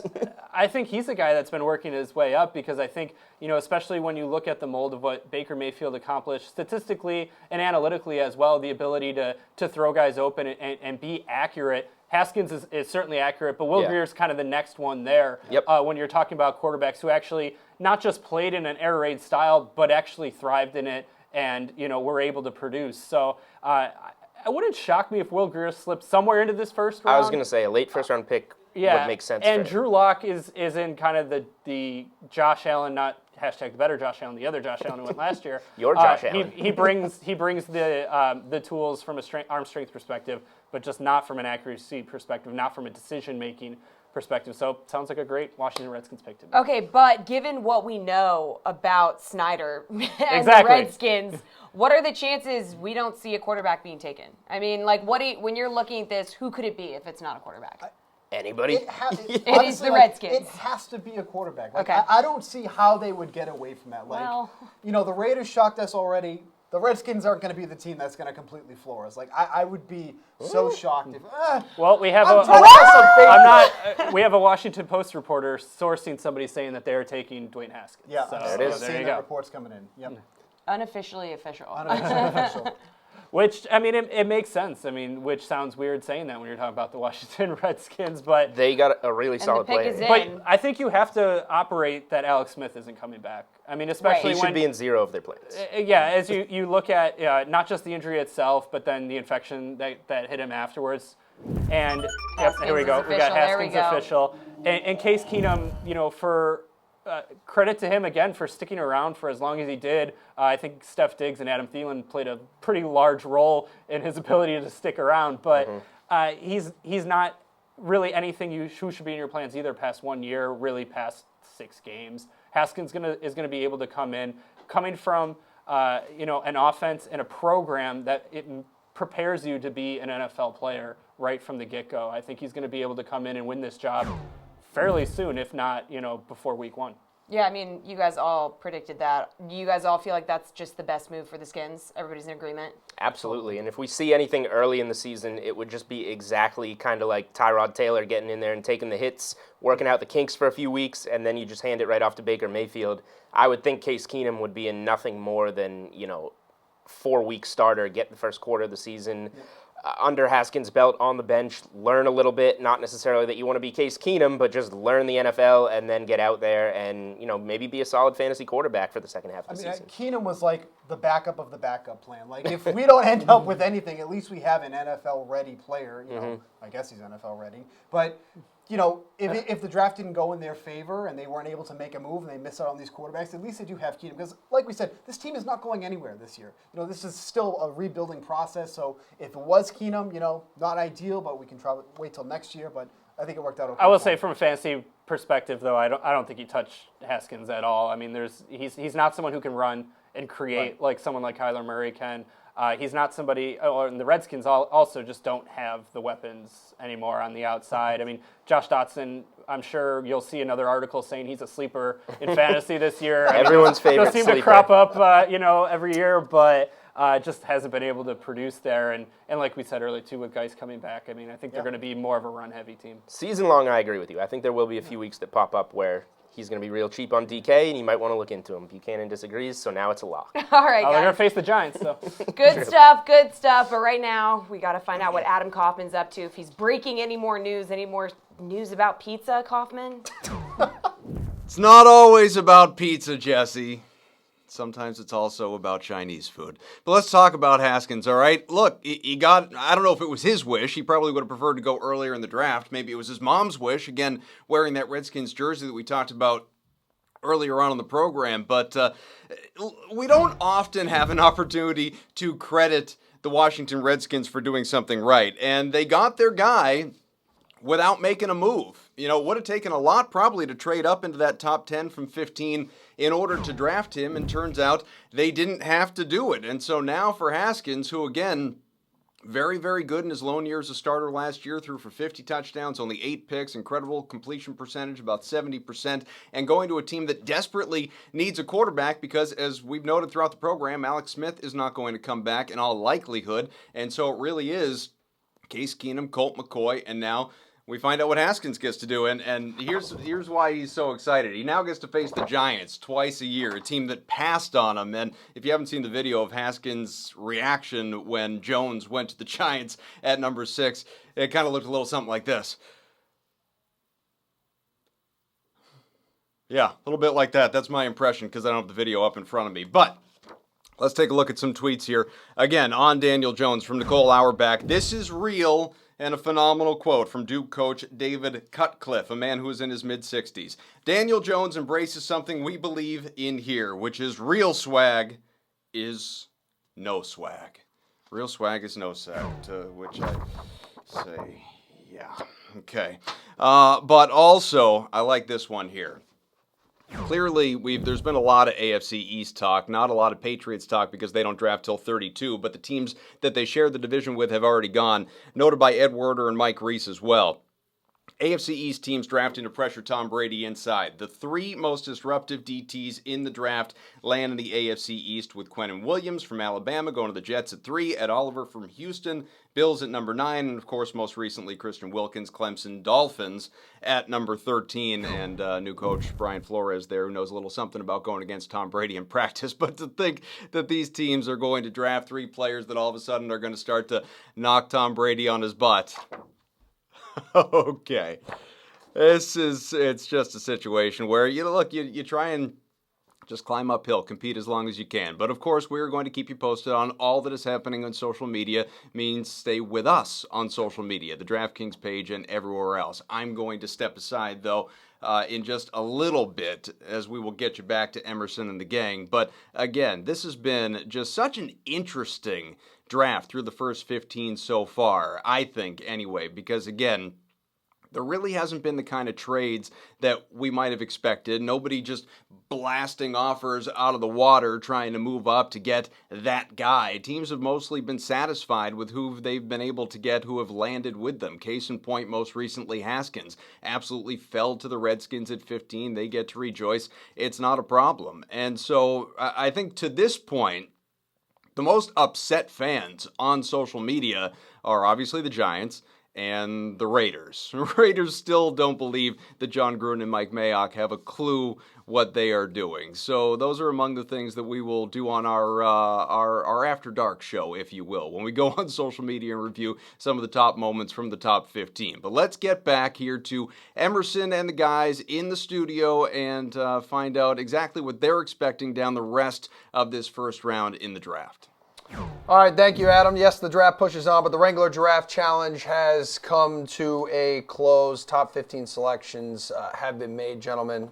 Real quick before we get your reaction, I mean, just Adam, how would you describe the first 15 picks of this draft? You heard Adam mention it. Adam Kaufman calling it interesting. Yeah, I mean, if you got all 15 right in the Wrangler, you're really You're rolling running in some pure. dough right now, kids. You're running pure because we saw some really big surprises. I mean, starting with the Raiders reaching by at least 10 or 20 picks based on most evaluators, where they had the board, most mock drafts where they had on the board. And then we also saw the Giants go way off the board at the quarterback position. So yeah, and as Kaufman alluded to, I mean, a lot of teams got to stay put. I think some of the sharper teams got to stay put and get who they wanted. And that's what happens when teams are reaching for bad players or for overdrafting players. You get to stay put and take who you want. Yeah, Pat, were you kind of surprised we only saw one trade in the top 15? We saw the Steelers move up and switch out with Denver. I think it kind of goes to what Levitan said, is that when the teams at the top are not making the most logical of choices, good players start falling down the board, and then you're just not willing to give up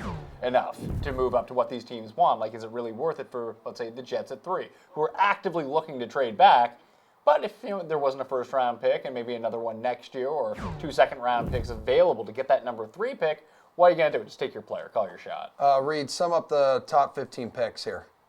Well, I mean, a little surprising in terms of how the QB. You are so angry right now. Well, I'm trying to keep really I'm trying to keep it professional here. Just tell us all about your favorite player. In Bruges, Colin Farrell.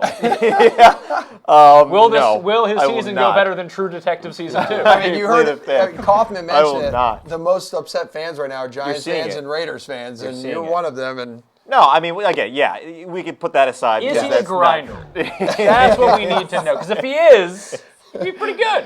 No, I mean, we see more trades. I think Houston was a team that I saw maybe moving up in the top 15 that didn't, because of what these guys are saying, right? Good players are falling down when you have inept calls coming through at the beginning. I mean, again, we still obviously have half of the draft to go, and it's still going on. But you're seeing now with the Gettlemans and the Mayocks and these guys how they evaluate players. Doing mock drafts and doing what we do, you throw it up in the air and say, well, these guys are not going to do what we think. They're going to do what they want. It's funny, like, once you get to this point and you become, especially in the NFL, if you become a GM who people are, like, very familiar with, chances are you're not very good. Yeah. All right, so let's rip through here. Let's go best picks and worst picks of the draft. Adam, let's start with you.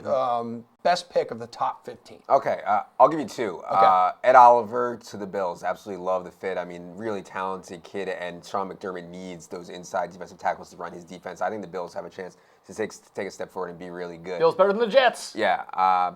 Yeah, I like both those teams, but I think it definitely could go that way. And then the second pick that I really like is Dwayne Haskins to the Redskins. I mean, to sit there at 15 and get a player who you could argue was right there with Kyler Murray to be the best quarterback in the draft, clearly better than Daniel Jones, who, by the way, the Giants are on the clock right now. They easily, for sure, could have still had Daniel Jones here at 17. Maybe they'll take him at 6. Yeah.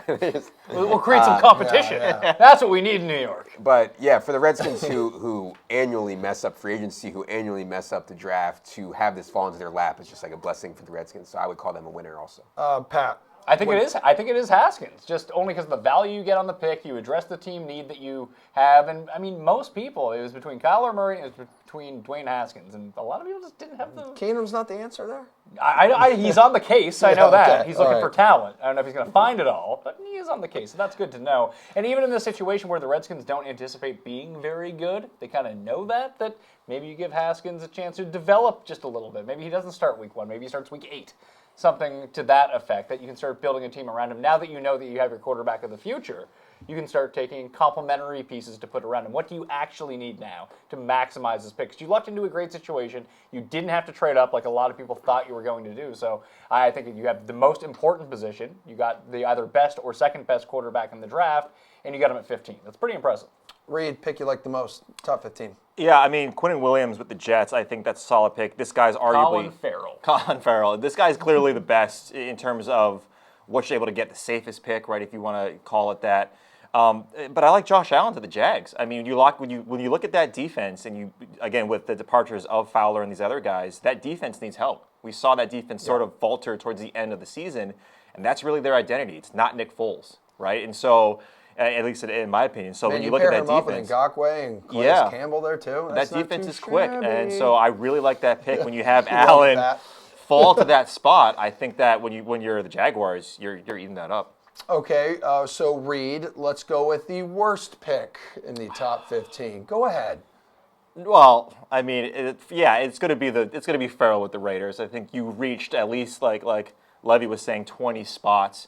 You don't have to pick him. When you have 3 picks in the first round, you don't have to pick him at that top spot. I think when you look at just what as Mayock's first draft and they want to make a splash, I don't think this was necessary. I think when you look at it from a totality sense, I just think it was silly in terms of value of what you're getting for him. They still have 2 other first-round picks to go, but wasn't it Gruden who said to Mayock, "Don't screw this up," or was it the other way around? I can't remember. It's mostly Gruden saying something to someone else, saying, "Scouts, get out of here! Don't screw this up." And clearly, this is Gruden's pick, right? You compared him to Cersei from Game of Thrones. I mean, when you have someone who says we can't trust anyone who's in our company, in our organization.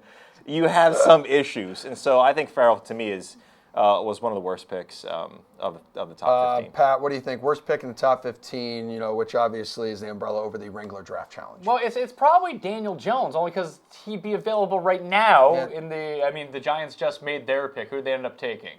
Defensive tackle out of Clemson. They took Dexter Lawrence right now. Okay. So they could have had their quarterback with this pick and then taken a better defensive lineman at number 6, and you probably come out on top in this situation. So it's not to say that Daniel Jones won't be good. Maybe he'll be excellent, and maybe the pick will look genius in a year from now. Maybe by week 1, he goes out and has a Sam Darnold-esque week 1, and people are like, Dave Gettleman, genius, he knew it all along. Maybe that's how this plays out. It just doesn't seem that way. Adam, what do you think? Yeah, it has to be. It has to be. I mean, not only because if you love the quarterback, you're convinced he's good, the guy, I'm okay with it at 6. I mean, I think Daniel Jones was maybe the 5th best quarterback in this draft, and for them to take him at 6 overall is just crazy. And I think it has a ton to do with his connection between Cutcliffe and Eli and Daniel Jones. I mean, it's just crazy to think about, but they're making picks based on keeping Eli happy, et cetera, et cetera. It's really scary if you're a Giants fan. Well, it's the same guy who said Eli still has tread left. He did exactly what we wanted, which was potentially losing last year. And again, Gettleman is a guy who says you don't draft for need, right? Outside of the 1 + 1 = 2, I get that you don't draft for need, but clearly if you have a glaring hole at quarterback and you have a guy like Dwayne Haskins, I just think that was a silly pick as well. Okay, as we're wrapping up here, Giants picking at 17. You guys up for maybe a bold prediction for the rest of the draft here? I picked the Giants to take Dexter Lawrence for this pick. I'm going to lock that one. Let's start a new Wrangler challenge. Yeah, right. I'm in. Just one pick, the Giants right here. now. I mean, you expect any surprises here, Reid, over the second half? No, I think we're going to now start to see the receivers start to go. Yeah. I think that's exciting when you have, like Levy was saying, one of the more talented, most talented, outside of like the Calvin Johnsons and the Julio Jones. You have a good crop of 1 through 4 or 5 that could be interchangeable depending on where they land. I think receiver is a clear spot where they land, the scheme that they land in is extremely important as opposed to where they go. So. Yeah, we saw some of the offensive linemen start to make their way off the board. You agree with Reid? Maybe we're going to start seeing some of the wideouts? I think you asked for a surprise the rest of the way. To me, it's no running backs go. I mean, everybody has Josh Jacobs going in the first round to 27 to the Raiders. I mean, there was no clear cut like Saquon Barkley. Right? Yeah, and I don't even think Josh Jacobs is really a first-round running back. I mean, you need to be really special at the running back position to go in the first round. I don't think he's that, so it would not surprise me if he falls out of the first round completely. All right, well, that's the DraftKings Draft Challenge presented by Wrangler. Thanks to everyone at home also playing along in the Wrangler Draft Challenge. Good times, right? Did you guys have a good time? Fantastic. Unbelievable. Good answer. No, I had a good time. Okay, awesome, man. You really just hate your life right now. Good stuff, everyone. Thanks for sticking with us. Thanks to Julian and Alex and Steve and Jessie for all of us here at DraftKings. You guys rock, and we'll talk to you soon.